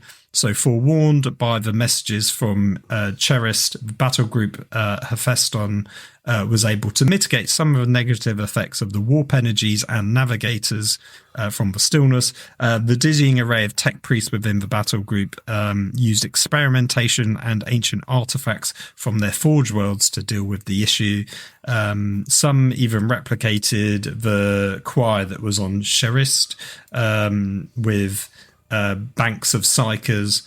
None were that fully successful though, but as they entered the anomaly in the galactic northwest, they fared better than that of Group Master Marin when he first did it. So they've got some strange tech cobbled together and they're managing to make it work, so they're faring slightly better. So the Noctilith Decree, this was Kuhl's plan to deal with the Necron's nodal matrix in the Nephilim sector, and he's also aware that this probably isn't the only such one in the galaxy, because as we mentioned earlier, Silent King wants to make this a galaxy-wide thing, so there will be these nodal matrices dotted around elsewhere, but this is the most successful one so far, basically. Upon entering the sector, the battle group would be split into two types of fleets. You've got the Aegis fleets, which are there to reinforce the existing Imperial forces, and then you've got the Accretion fleets, which are there to secure deposits of Noctilith and process them on an unprecedented scale, turning them into liminal abrasures, which is effectively an experimental mechanism of Kuhl's own design. He believes that they could be dragged behind ships and positively charged with warp energies rather than negatively charged as they currently are. So effectively their own versions of like pylons, but acting in the reverse of how they're currently being used here. That's the plan anyway. It was hoped that with these and enough time and experimentation, the liminal abrasure field would extend around a whole planet or maybe even the system, greatly nullifying the effects of the anomaly. So that's Kuhl's grand plan. Great reserves of Blackstone were loaded onto his ship, the Tsar Quesitor, before setting out, because he obviously had quite a lot of deposits to begin with. However, more would be needed. He also believed the Necron pylons weren't indestructible, and if they could be brought down, that could also become part of the solution. We've then got Bridgehead into Nephilim. So the Aegis fleets were made up of at least 12 ships and one huge forge ship, to keep the non-Mechanicus eyes away from the Blackstone mining operation. The Aegis fleets also comprised heavily of non-Mechanicus forces, so like Sisters, Space Marines and Guard, and Knights, I guess. That basically will, that part of the battle group Hephaestus, basically. The forged ships or the manufacturing barges were capable of creating weapons, fortifications and fuel, and would be perfectly suited in aiding the beleaguered Imperial forces. It just took days to secure a half dozen worlds and make contact with Stormvor's fortress, which is basically the terminology I think they use to talk about the Imperial defensive line across these planets. They refer to them as the Stormvor Fortress. They also found many had called to the Necrons, or had fallen to the Necrons, and worse, those that had succumbed to the stillness. So they basically found lots of planets. Some had Imperials on, some were dead, and then some were really suffering from the stillness that they just weren't doing anything. Some of Kuhl's commanders did not agree, and some thought that crafting devices from Noctilith was tech heresy, while others might pursue their own agendas. There was even those loyal to Kuhl that might go on their own personal quests of power. So much like the Necrons having their own internalized faction, the Adeptus Mechanicus are having that same problem, basically. Not civil war levels, but definitely they're having their own objectives in mind. Yeah, Belly's always had a bit of an issue, isn't he? Because he's very auteur, very kind of progressive individual in these places. He's always pushing the limits of what is fairly, sacred and important stuff. And I think when he was first on the scene, he was sort of seen as like this outlier, which is why Gilliman would never make him the Archmagos or what it was the Forge Master of Mars or something. I can't remember the title of it. The most in charge one. The most in charge of the guys of Mars, which was basically the High Lord position. He's not allowed it because he's too radical and out there. However, at this point, I think even though he's a bit radical and out there, most of the tech priests covet his knowledge, so they know that he's effectively the most cleverest of all the Adeptus Mechanicus, and that they just want to be around him to kind of gather and learn like his knowledge, because they know that he's the bestest of them, basically. Then got forgive me because I didn't. For context, Phil actually has the book. I've been basically doing this mostly off of like wikis and things. But as I understood it as well, the way he kind of got around it though was by saying that it's not new heretical stuff; it's old stuff that is proper. I'm using old technologies that have existed. It's not because I'm some kind of heretical lunatic. He doesn't cover it in this book, but I believe so. There's Belisarius Cawl, the Great Work, and then I think there's also more they go into it in the Plague War book 1, because that's where he sort of unveils. I believe there's a scene where they're unveiling was it even in maybe the Dawn of Fire first book, where basically Cawl unveils a lot of the armies of the Space Marines, and the implication that he's also going to radicalise the Astra Militarum force as well, with effectively new technology and how he goes around, as you say, fudging it to make people accept it, because the olden days is, unless it's an STC, it's tech heresy, and these are his own stuff, but it's his own stuff that he's been doing for 10,000 years. I think basically because Gilliman in the heresy era, or I guess technically the Scouring era, commanded him to do this, it has an air of legitimacy, and because it took him so long, even though he unveiled it as if it was new, he's probably gotten away with it more than he would otherwise. But I think there's a lot of tech priests and the like that are very suspicious of him for having this. Again, as I understand it as well, Belisarius Cawl was actually one of the guys that researched or had some kind of level of access to the Cadian pylons that were being used by essentially a radicalized Inquisitor. So the narrative was for a while that on Cadia there were these pylons, these Necron Blackstone pylons, and this Inquisitor, either of the Order Xenos or the Order Malleus, I can't remember their name particularly, but it's quite a fun little narrative because the idea is that this kind of radical lunatic was basically conducting a process that was essentially going to seal the Eye of Terror, because effectively all evidence pointed towards it was working. So he started to explore and experiment with more of it, and then basically was ritualistically, put to death by the local enforcement, because they're just like, no, you've got off the reservation, time to be dead. And it was like, but I'm going to save everyone. No, that's enough of that. This isn't proper. Because if I remember rightly, so prior to all parts of the Fall of Cadia book, but prior to the actual Fall of Cadia, I think Cawl is going around doing his own experiments into the Blackstone pylons. Correct. And then I think he gets spoken to by Eldrad, isn't it? I believe. He's like, I thought it was one of the. I thought it was Eldrad. It probably is Eldrad, actually. Yes. Go to Cadia. There's something important there, like a spooky ghost appearing to him. It was something like that. I don't think it was a Necron, but Necrons do feature in that as well. So it could have been, but I suspect it would more likely be Eldrad, because he features in it quite heavily. So I think Cawl gets there and he's trying to reverse the polarity of the pylons, but I don't think he's there in time to actually have much effect. And basically or even if he did start to reverse the polarity, that's when Abaddon's like, well, here, have this Blackstone Fortress in the face, Cadia. Yes. And that's the thing that ultimately destroys it. Yeah. It's something along those lines. So yeah, he's already had quite a fair bit of experience with the Noctilith pylons, basically. Yeah.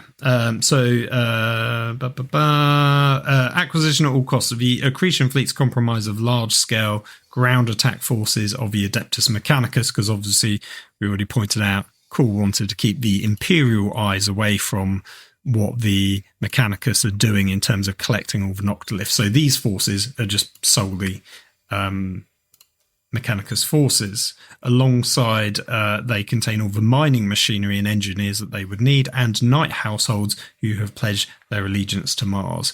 So these guys are purely Mechanicus forces doing their own thing. The first system that the Aegis fleets come across was Paradise, spelt slightly differently with a Y than how you would think it's spelt. They were in that system, they were all beautiful planets, and they're now battle scarred.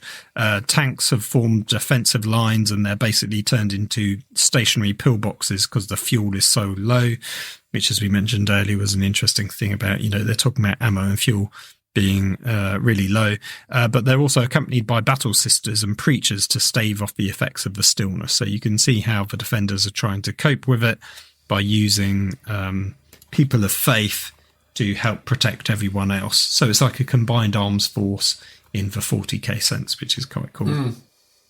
In space, the Aegis fleets saw off tomb ships, and they had a successful boarding action where one was scuttled before it could flee.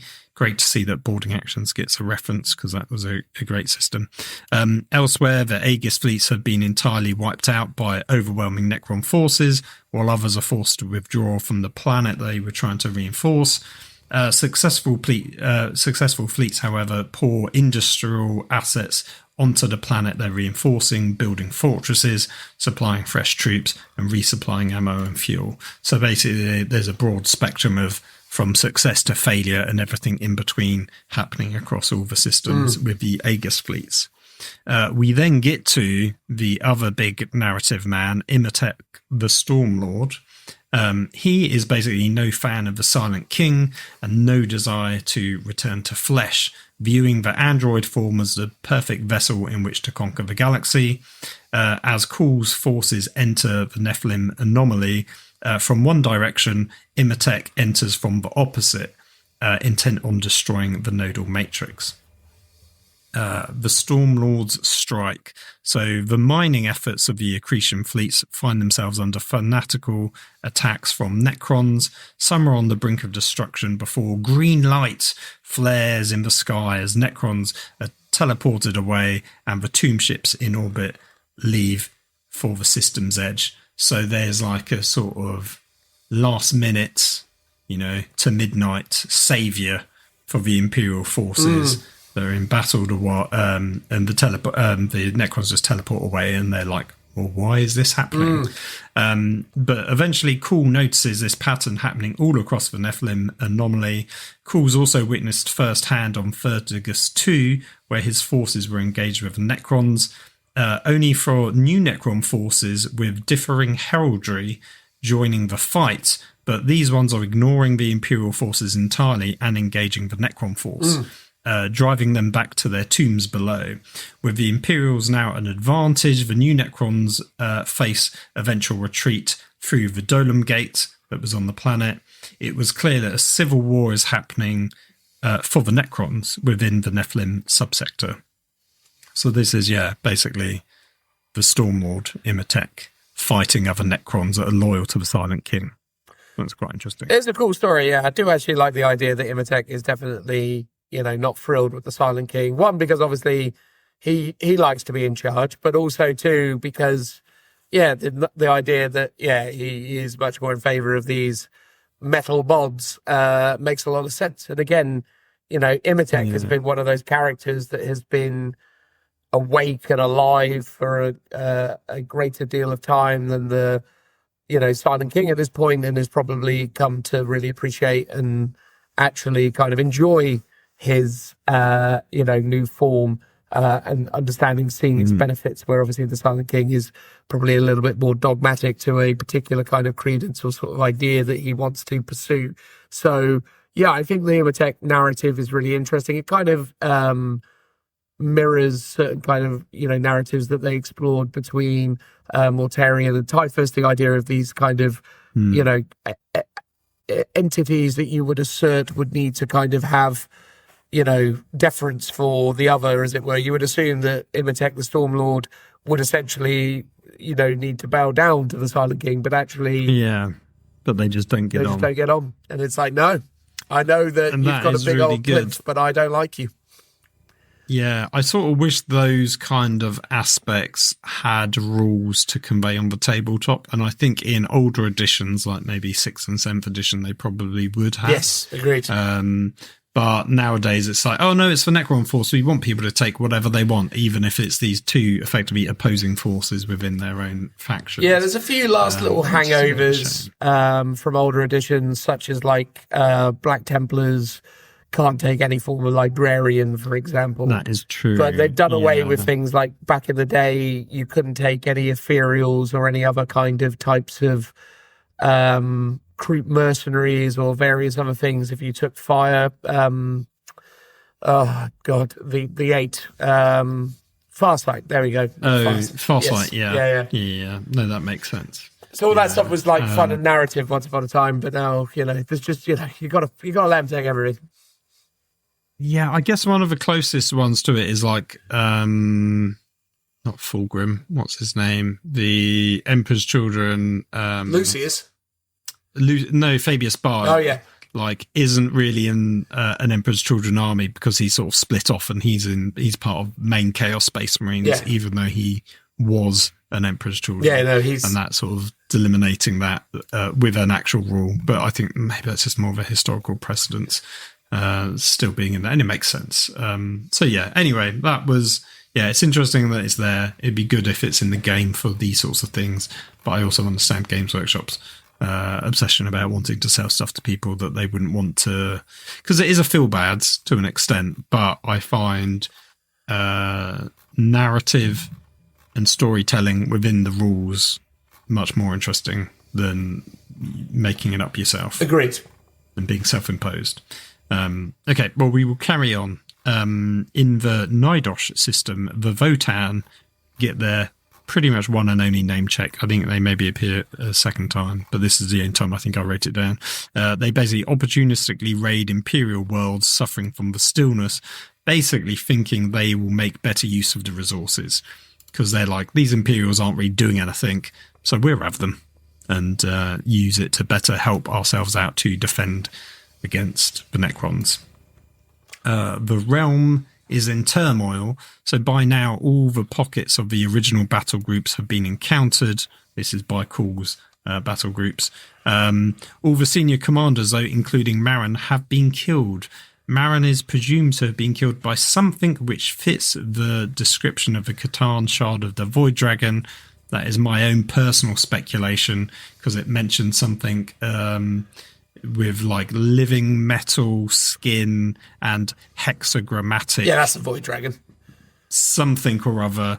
And I was like, that feels like a Void Dragon. It definitely has all of the hallmarks of a Void Dragon, that one.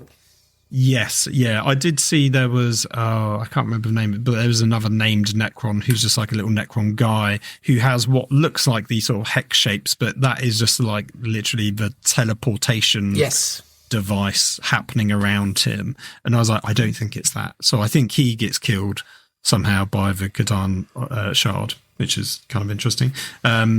There was also no sign of the Marine leaders Marshal Arnoth and Lieutenant Stormvor. Reports say they pressed on towards the heart of the Nephilim anomaly, but basically haven't been seen since. While some of the Accretion fleets had filled their quota of Noctilith, trying to create the liminal abrasures was basically proving quite challenging. Those that got close to creating them came under heavy Xenos attacks, hampering their efforts. Inquisitor Draxus reappears and meets with Cool. she informs him that her retreat from the system was a feint, and that she has now possessed the knowledge to destroy the pylons. Basically, she specifically says she can destroy the pylons from within. And she's got that knowledge now, basically, and that could help turn the tide of the war in one decisive moment. And basically, there's rumours that she is somehow in league with Imotekh, the Stormlord. Yeah, and I don't know, this is a bit where it felt quite vague, where I feel like if you maybe had the previous Psychic Awakening story, maybe it would tie in a bit more as to what this retreat was, because it didn't really feel like, other than the fact that she left like the planet that had the Dolmen Gates on, like, okay, cool, but what? Yeah. It feels like they're telling you more of a story here, but that doesn't line up with the story they've actually told us earlier in the book. So, yeah, maybe this is one of those things where either I maybe missed out on something, or there's a bit of implication that you actually maybe did need to know that previous story to get the most out of what's going on here. Yeah, well, like I say, I think it was all to do with, like, yeah, the whole thing is that Draxus releases this shard, which is obviously of the Void Dragon, and that is kind of linked to these pylon node things being destroyed, and then essentially it kind of links into her exit, I suppose. It's kind of like, I did what I was here to do, bye now. Yeah. And somehow maybe she's teamed up with the Stormlord, but we don't know how or why, and we don't really ever find out either. Yeah. So the next section is Silence and Storm. So the Silent King tries to convince Orican the Diviner to join his cause, but it falls on deaf ears. Orican thought his own mission was just too much of a higher importance. Meanwhile, the Stormlord has awakened a Dolmen Gate and transported his army across the subsystem to attack the Necrons on Vergoy's Alfric in the Mytrika system. It is here where Inquisitor Draxus springs her trap, and she leads a host of elite Martian terror troops and Deathwatch kill teams. She strikes at the mountainous Necron pylon that's on the planet's surface, basically while the Stormlord's forces are engaging the sort of loyalist Necrons to the Silent King. The pylon was therefore lightly defended with those Necrons, so she manages to sort of make inroads against the pylon. Meanwhile, the Stormlord then pulls his rearguard forces back through the planet's only Dolmen Gate, and he manages to somehow collapse the structure behind them. So there's no more Dolmen Gate on that planet. Inside the Necron pylon, Drax's forces manage to detonate it somehow. We're not explained how or really given any detail.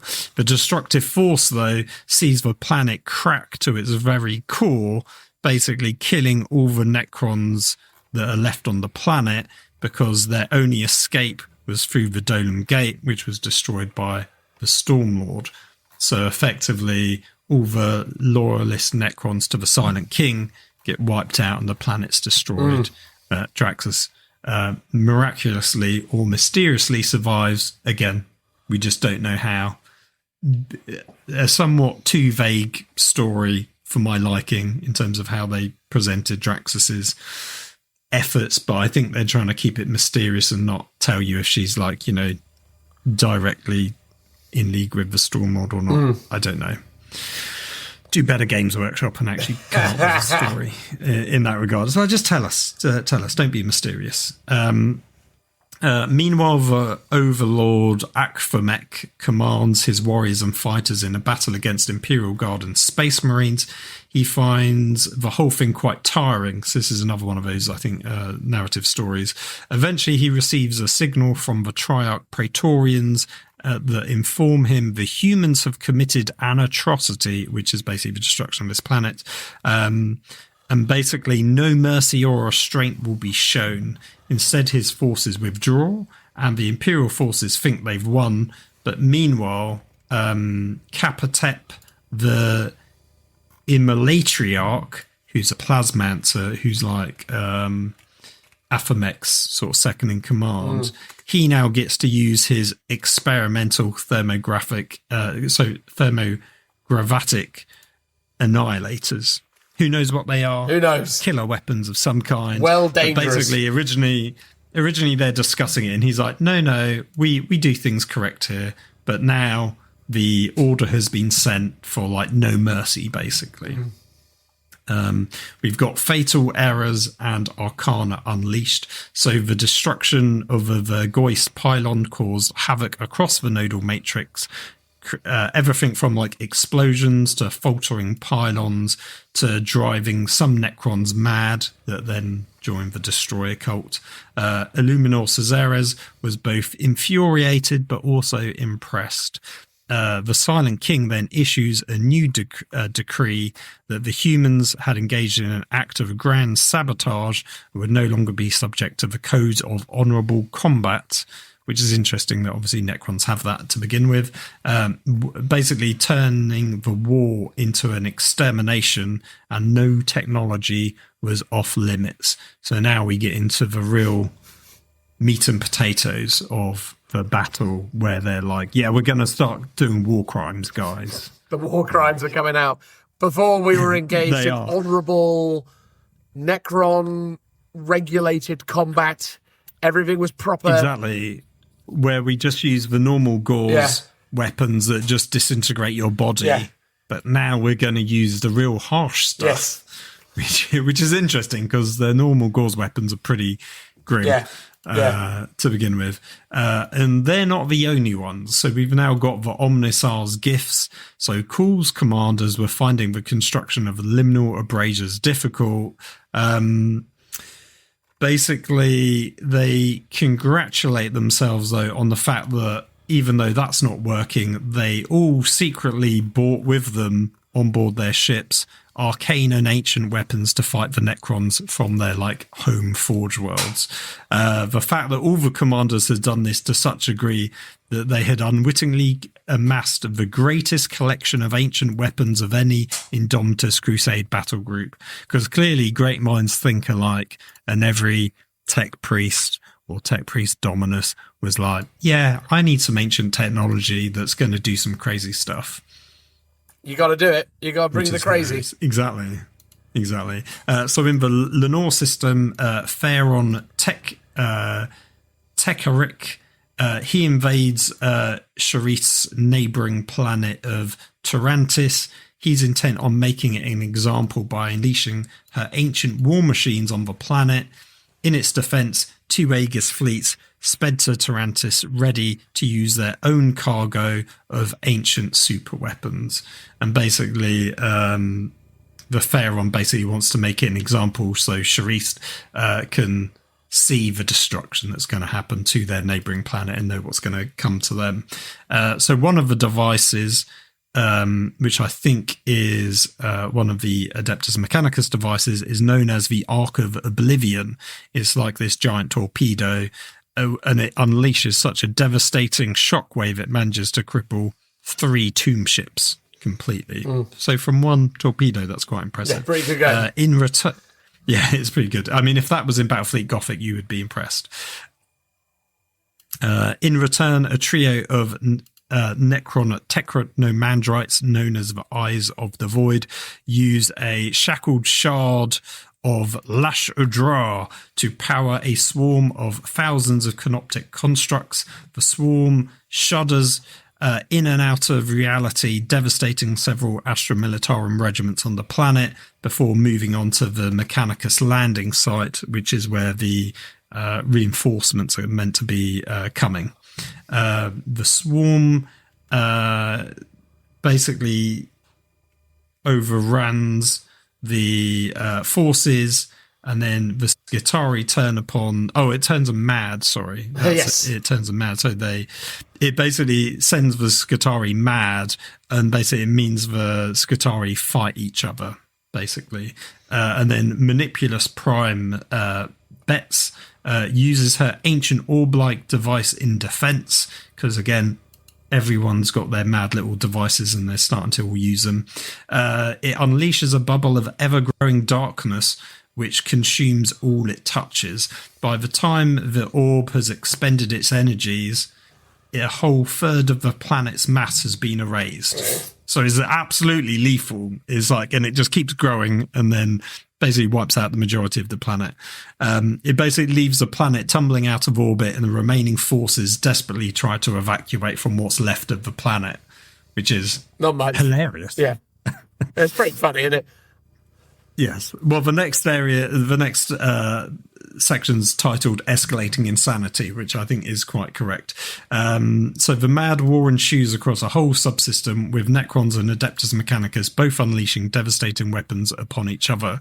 Krul, though, basically has enough of it and issues an order that no more gifts of the Omnissiah may be used without full understanding of their effects and without his express permission, basically because most of them are activating these things not knowing fully what they actually do, which is like that orb creating catastrophic devastation. Yeah. But the problem here is communication is slow across the system due to the stillness, and many basically just choose to ignore his orders and use the fact that communication's a bit shoddy to ignore it. So it's that whole thing of you like, sorry, I can't hear you, and fake it and go, yeah, we'll carry on as normal. Thanks, cool.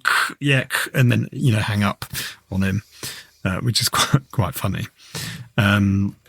We then get to the door once open. So 2 pylons by now have been destroyed and another's been severely damaged.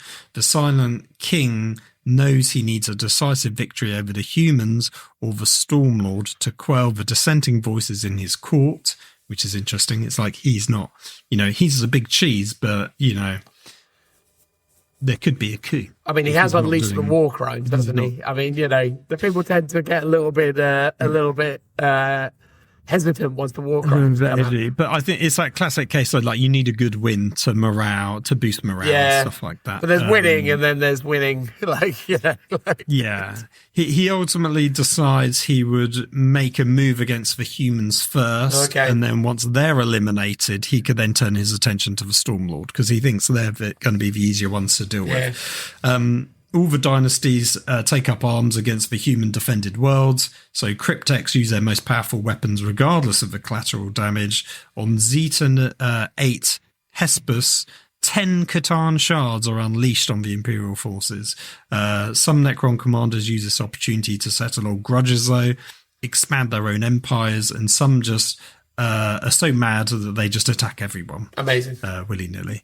Only the Stormlord holds back, deciding to wait and watch. Because at this point, he's like, well, I can hedge my bets. I don't need to attack the Necrons because they're now just busy with the Imperial forces. So I'm gonna see what happens. We get untimely divination. So Orican the Diviner discovered more of the catastrophe that he hoped to avert. A huge causal engine, cogs of a cosmic clockwork. Not much more descriptions given than that. But he knows something will happen in the Scarine system, and he knows he must actually avoid the epicenter at all costs because it's just going to be far too dangerous for him, and he instead needs to find another way to solve his problem. We then get the Scarine breach, so the Imperial fortified worlds are beginning to falter under the new sustained attacks from the Necrons. The nodal matrix actually allows the Necrons to communicate across the whole system instantaneously, so their forces act as one, while Imperial forces are isolated and alone, unable to communicate through the fog of the Nephilim anomaly. So that's where you get the two different sort of strategic things at play, because Necrons just know what's going on everywhere, whereas Imperial forces are much more confused and slow to react. The Mechanicus commanders at the edge of are on the edge of a defeat, and they actually once again ignore Krul's orders and start going back to their ancient super weapons because they're like, well, if we're losing, we might as well go out in style. It's a sound logic. Well, I think so. Yeah. Now we get to the final output. So in the Scarum sector, oh god, this is a mouthful. Marimi Dominus Gelf which is a name, leads a successful Noxlith extraction on the planet of Santis Magna, though they had failed to successfully assault the moon, which contained a Necron pylon. And then the pylon's so big it pierces through the poles of the moon, like the North and South Pole. The pylon goes through the whole thing, which is the moon of the planet that I just mentioned, of Santis Magna. So his fleet and forces are suffering from the unsettling manifestations, from phantom visuals to energy spikes to nonsensical code. And he doesn't know quite why this is happening, because this isn't the stillness, this is something else. Gelf himself starts to become erratic and paranoid. He eventually reveals his own arcane weapon, which is the Chivalrix constellation. It is a cluster of satellites with ancient weapons in them. Once his mind is linked up to them, he retires to his personal sanctum to do what he calls his holy work. Then suddenly in space, there's a huge fleet of Necron ships that have arrived just near the planet. The Necrons use tunneling beams to jump past the oncoming Space Marine frigates that were trying to intercept, intent on buying time for the planetary defences, to have more time to ready themselves. So it's interesting they've got sort of miniature warp technology where they can jump sort of quite locally, which is cool. Despite the planetary defences taking down many of the tomb ships, the Necrons still make planetfall. Meanwhile, the Constellation system is now online after Gelf, in his paranoid state, had disabled its safety regulators. The 25 corrupted machine mind satellites begin to fire, but it destroys both friendly and enemy ships alike with ease, because the ancient weapons bypass the shielding, much to dismay of those on board, both Imperial and Necrons. So it's like wildly impressive ancient technology. Each shot, though, leaves a complex energy glyph in the void of space. Sort of like, I guess, you know, when you like shine a bright light in your eye and then you take the light away and it's still there glowing. I sort of imagine it's like that. But then soon a maze-like pattern of overlapping glyphs begin to distort from the centre as all of these glyphs have formed. An ever-growing fisheye distortion emanates through space, blowing each satellite up as it reaches them, which causes a feedback to Gelf's mind, and basically his brain explodes and he is done for from the feedback. The energies of the satellites and the glyphs poured into the centre of this distortion, basically creating this bright spot so it blazes like a newborn star. And then a massive warp energy blows out, causing the pylon to invert its warp polarity, which creates earthquakes and floods down on the planet. So it's basically gone back to full warp energy as opposed to anti-warp energy mode. And then in doing so, from that catalyst, a colossal planet emerges from the epicenter. It is Wormwood, Vastor's demon world. But hang on, they're in a null zone thingamabib with pylons everywhere. How does all this work? They can't travel around. Whoa. That is what you would think. That's what I'm thinking. Luckily, I wrote down some bits. Oh, good. So it says Wormwood's immaterial gravity starts. Did I actually? Let's see. Wormwood's immaterial gravity was just drawing the nearby planet, pulling it apart and out into space. It corrupted nearby pylons, and the planet was virtually impossible to assault by conventional means. Wormwood's orbit to attack the Necrons, so the planet Wormwood starts to orbit the nearby Necrons and attacks the Imperial forces and Necrons alike, basically. Maybe I didn't write it, but I think... I thought it was because it had like a webway thing, was what it was.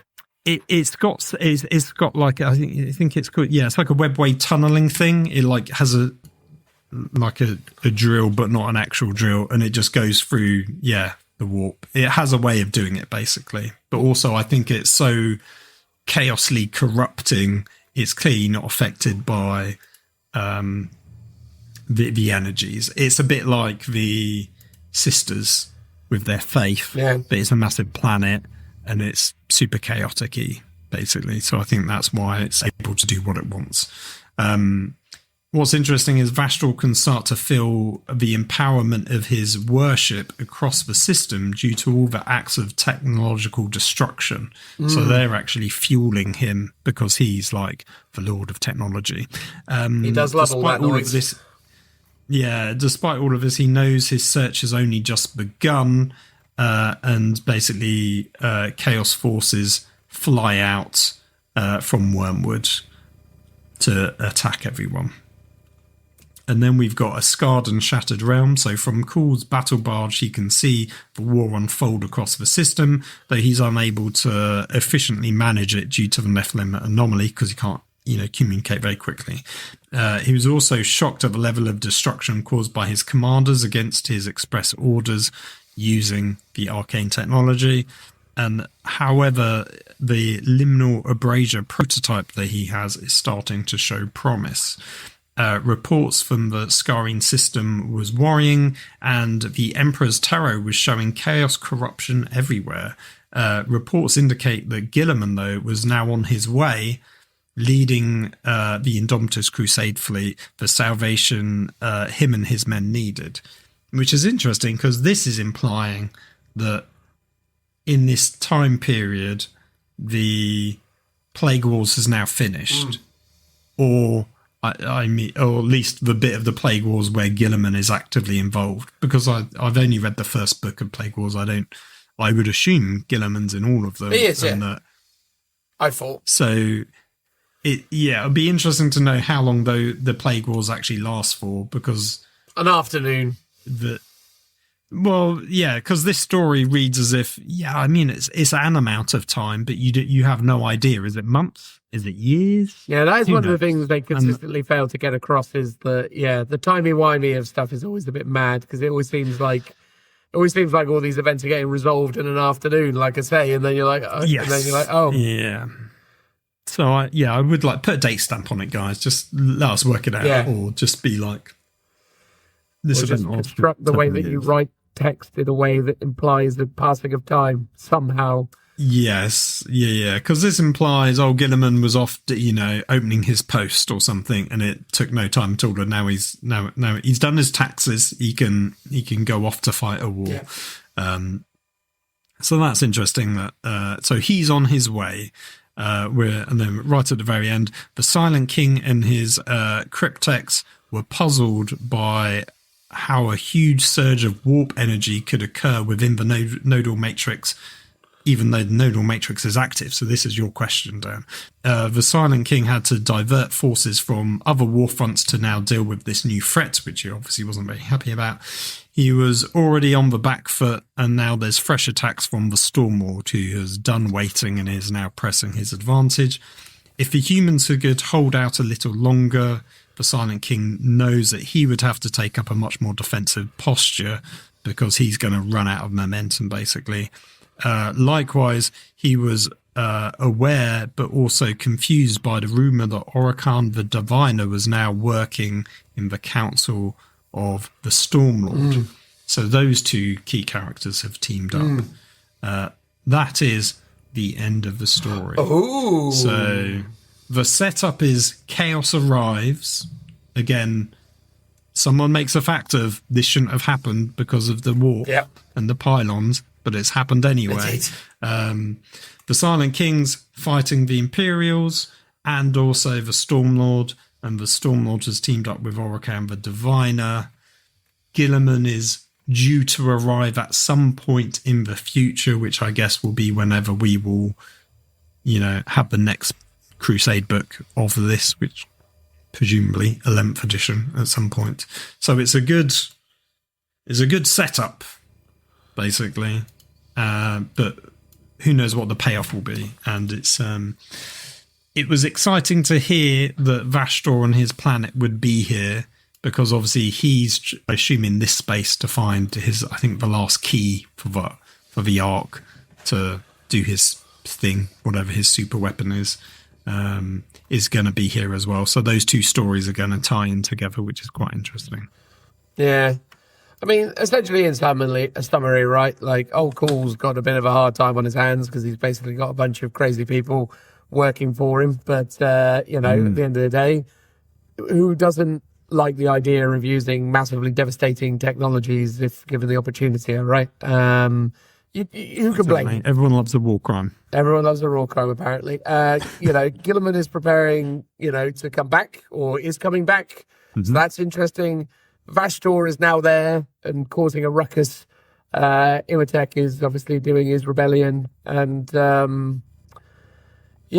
that's basically it, right? Yes. Yeah, that is it. That is the setup. You don't know what, let's say, Inquisitor Draxus is up to, but I assume she's off trying to destroy more pylons. Oh, yeah. But she's potentially in cahoots with the Stormlord as well to some degree, but you don't really know why. Her story was very vague at times, which was a little bit frustrating. She's the mysterious character, Phil. She's in there. A mysterious... Likewise, Orican's sort of story is also a bit vague as well about what he's up to. Yeah. But, he's there.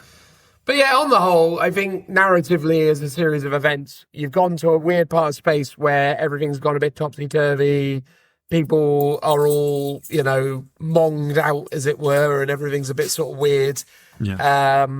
All of a sudden, you're, discovering there's a load of Necrons causing a load of problems. You then kind of engage those forces, only then to later discover that they're actually engaging in a civil war, which is an interesting angle. The juxtaposition, or rather the relationship between Imotekh and obviously the Silent King is really interesting.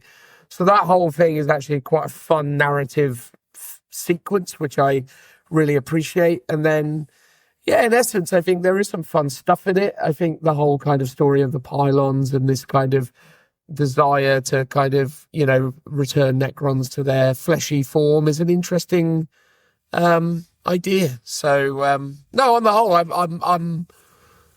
I'm there for it. I think it's actually quite an interesting story by comparison to what we had with the Fourth Tyrannic War. It does suffer with, again, more of the same old guilt of there's just a lot of things happening in a lot of places.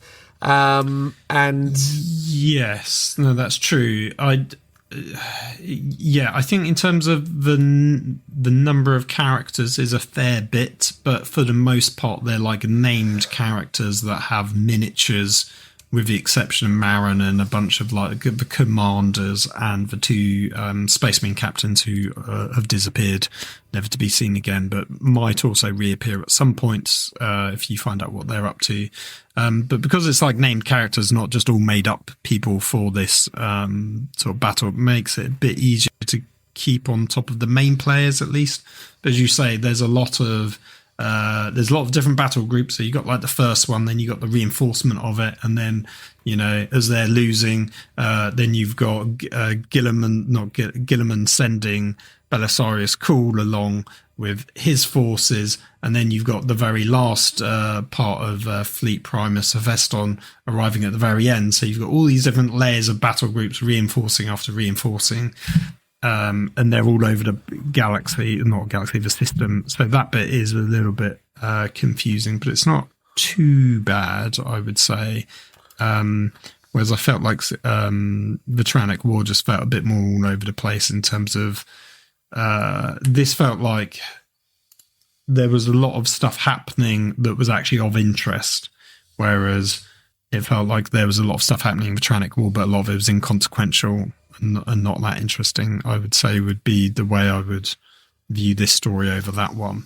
Although there was a lot of the Necrons are winning, and now the Imperials winning, and now the Necrons are winning, and now the Imperials winning. So there's a lot of like back and forth in terms of the battles.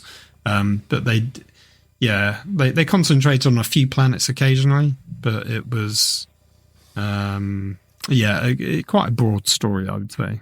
Yeah, for sure. I think overall it's an interesting addition to the narrative. I think introducing a civil war and all the layers of intrigue between those characters are cool. I think even like Trajan, the diviner, Trazeres or whatever his name is, all his stuff and how he's kind of involved in it is fun and interesting.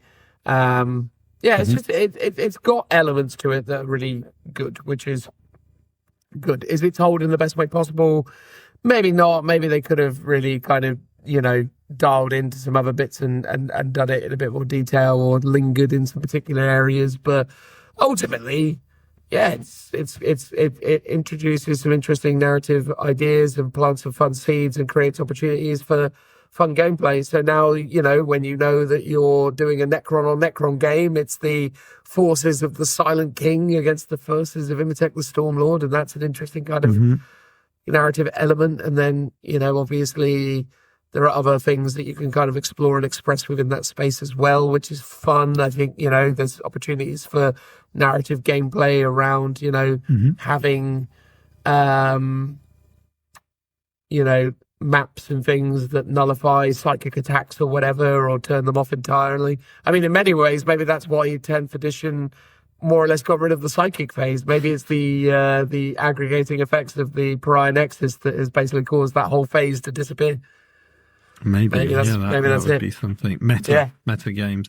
I would say probably the easiest criticism that I can think of the end of the story is it ends very much in the same way as the Tyrannic War, as in it's halfway through, it's a setup, but also it's a that's no moon situation, where basically they both end with two giant planet-like devices appearing, not sure why, to cause havoc of some kind, and one of them's like a big Tyranid moon-sized looking craft, void ship of the Tyranid's creation, and then this one is Wormwood, which is basically the chaosy version of that. Yeah. So yeah, sort of similar endings in that regard. And I guess the Vashtor bit felt a bit rushed because it's like over like 2 or 3 pages.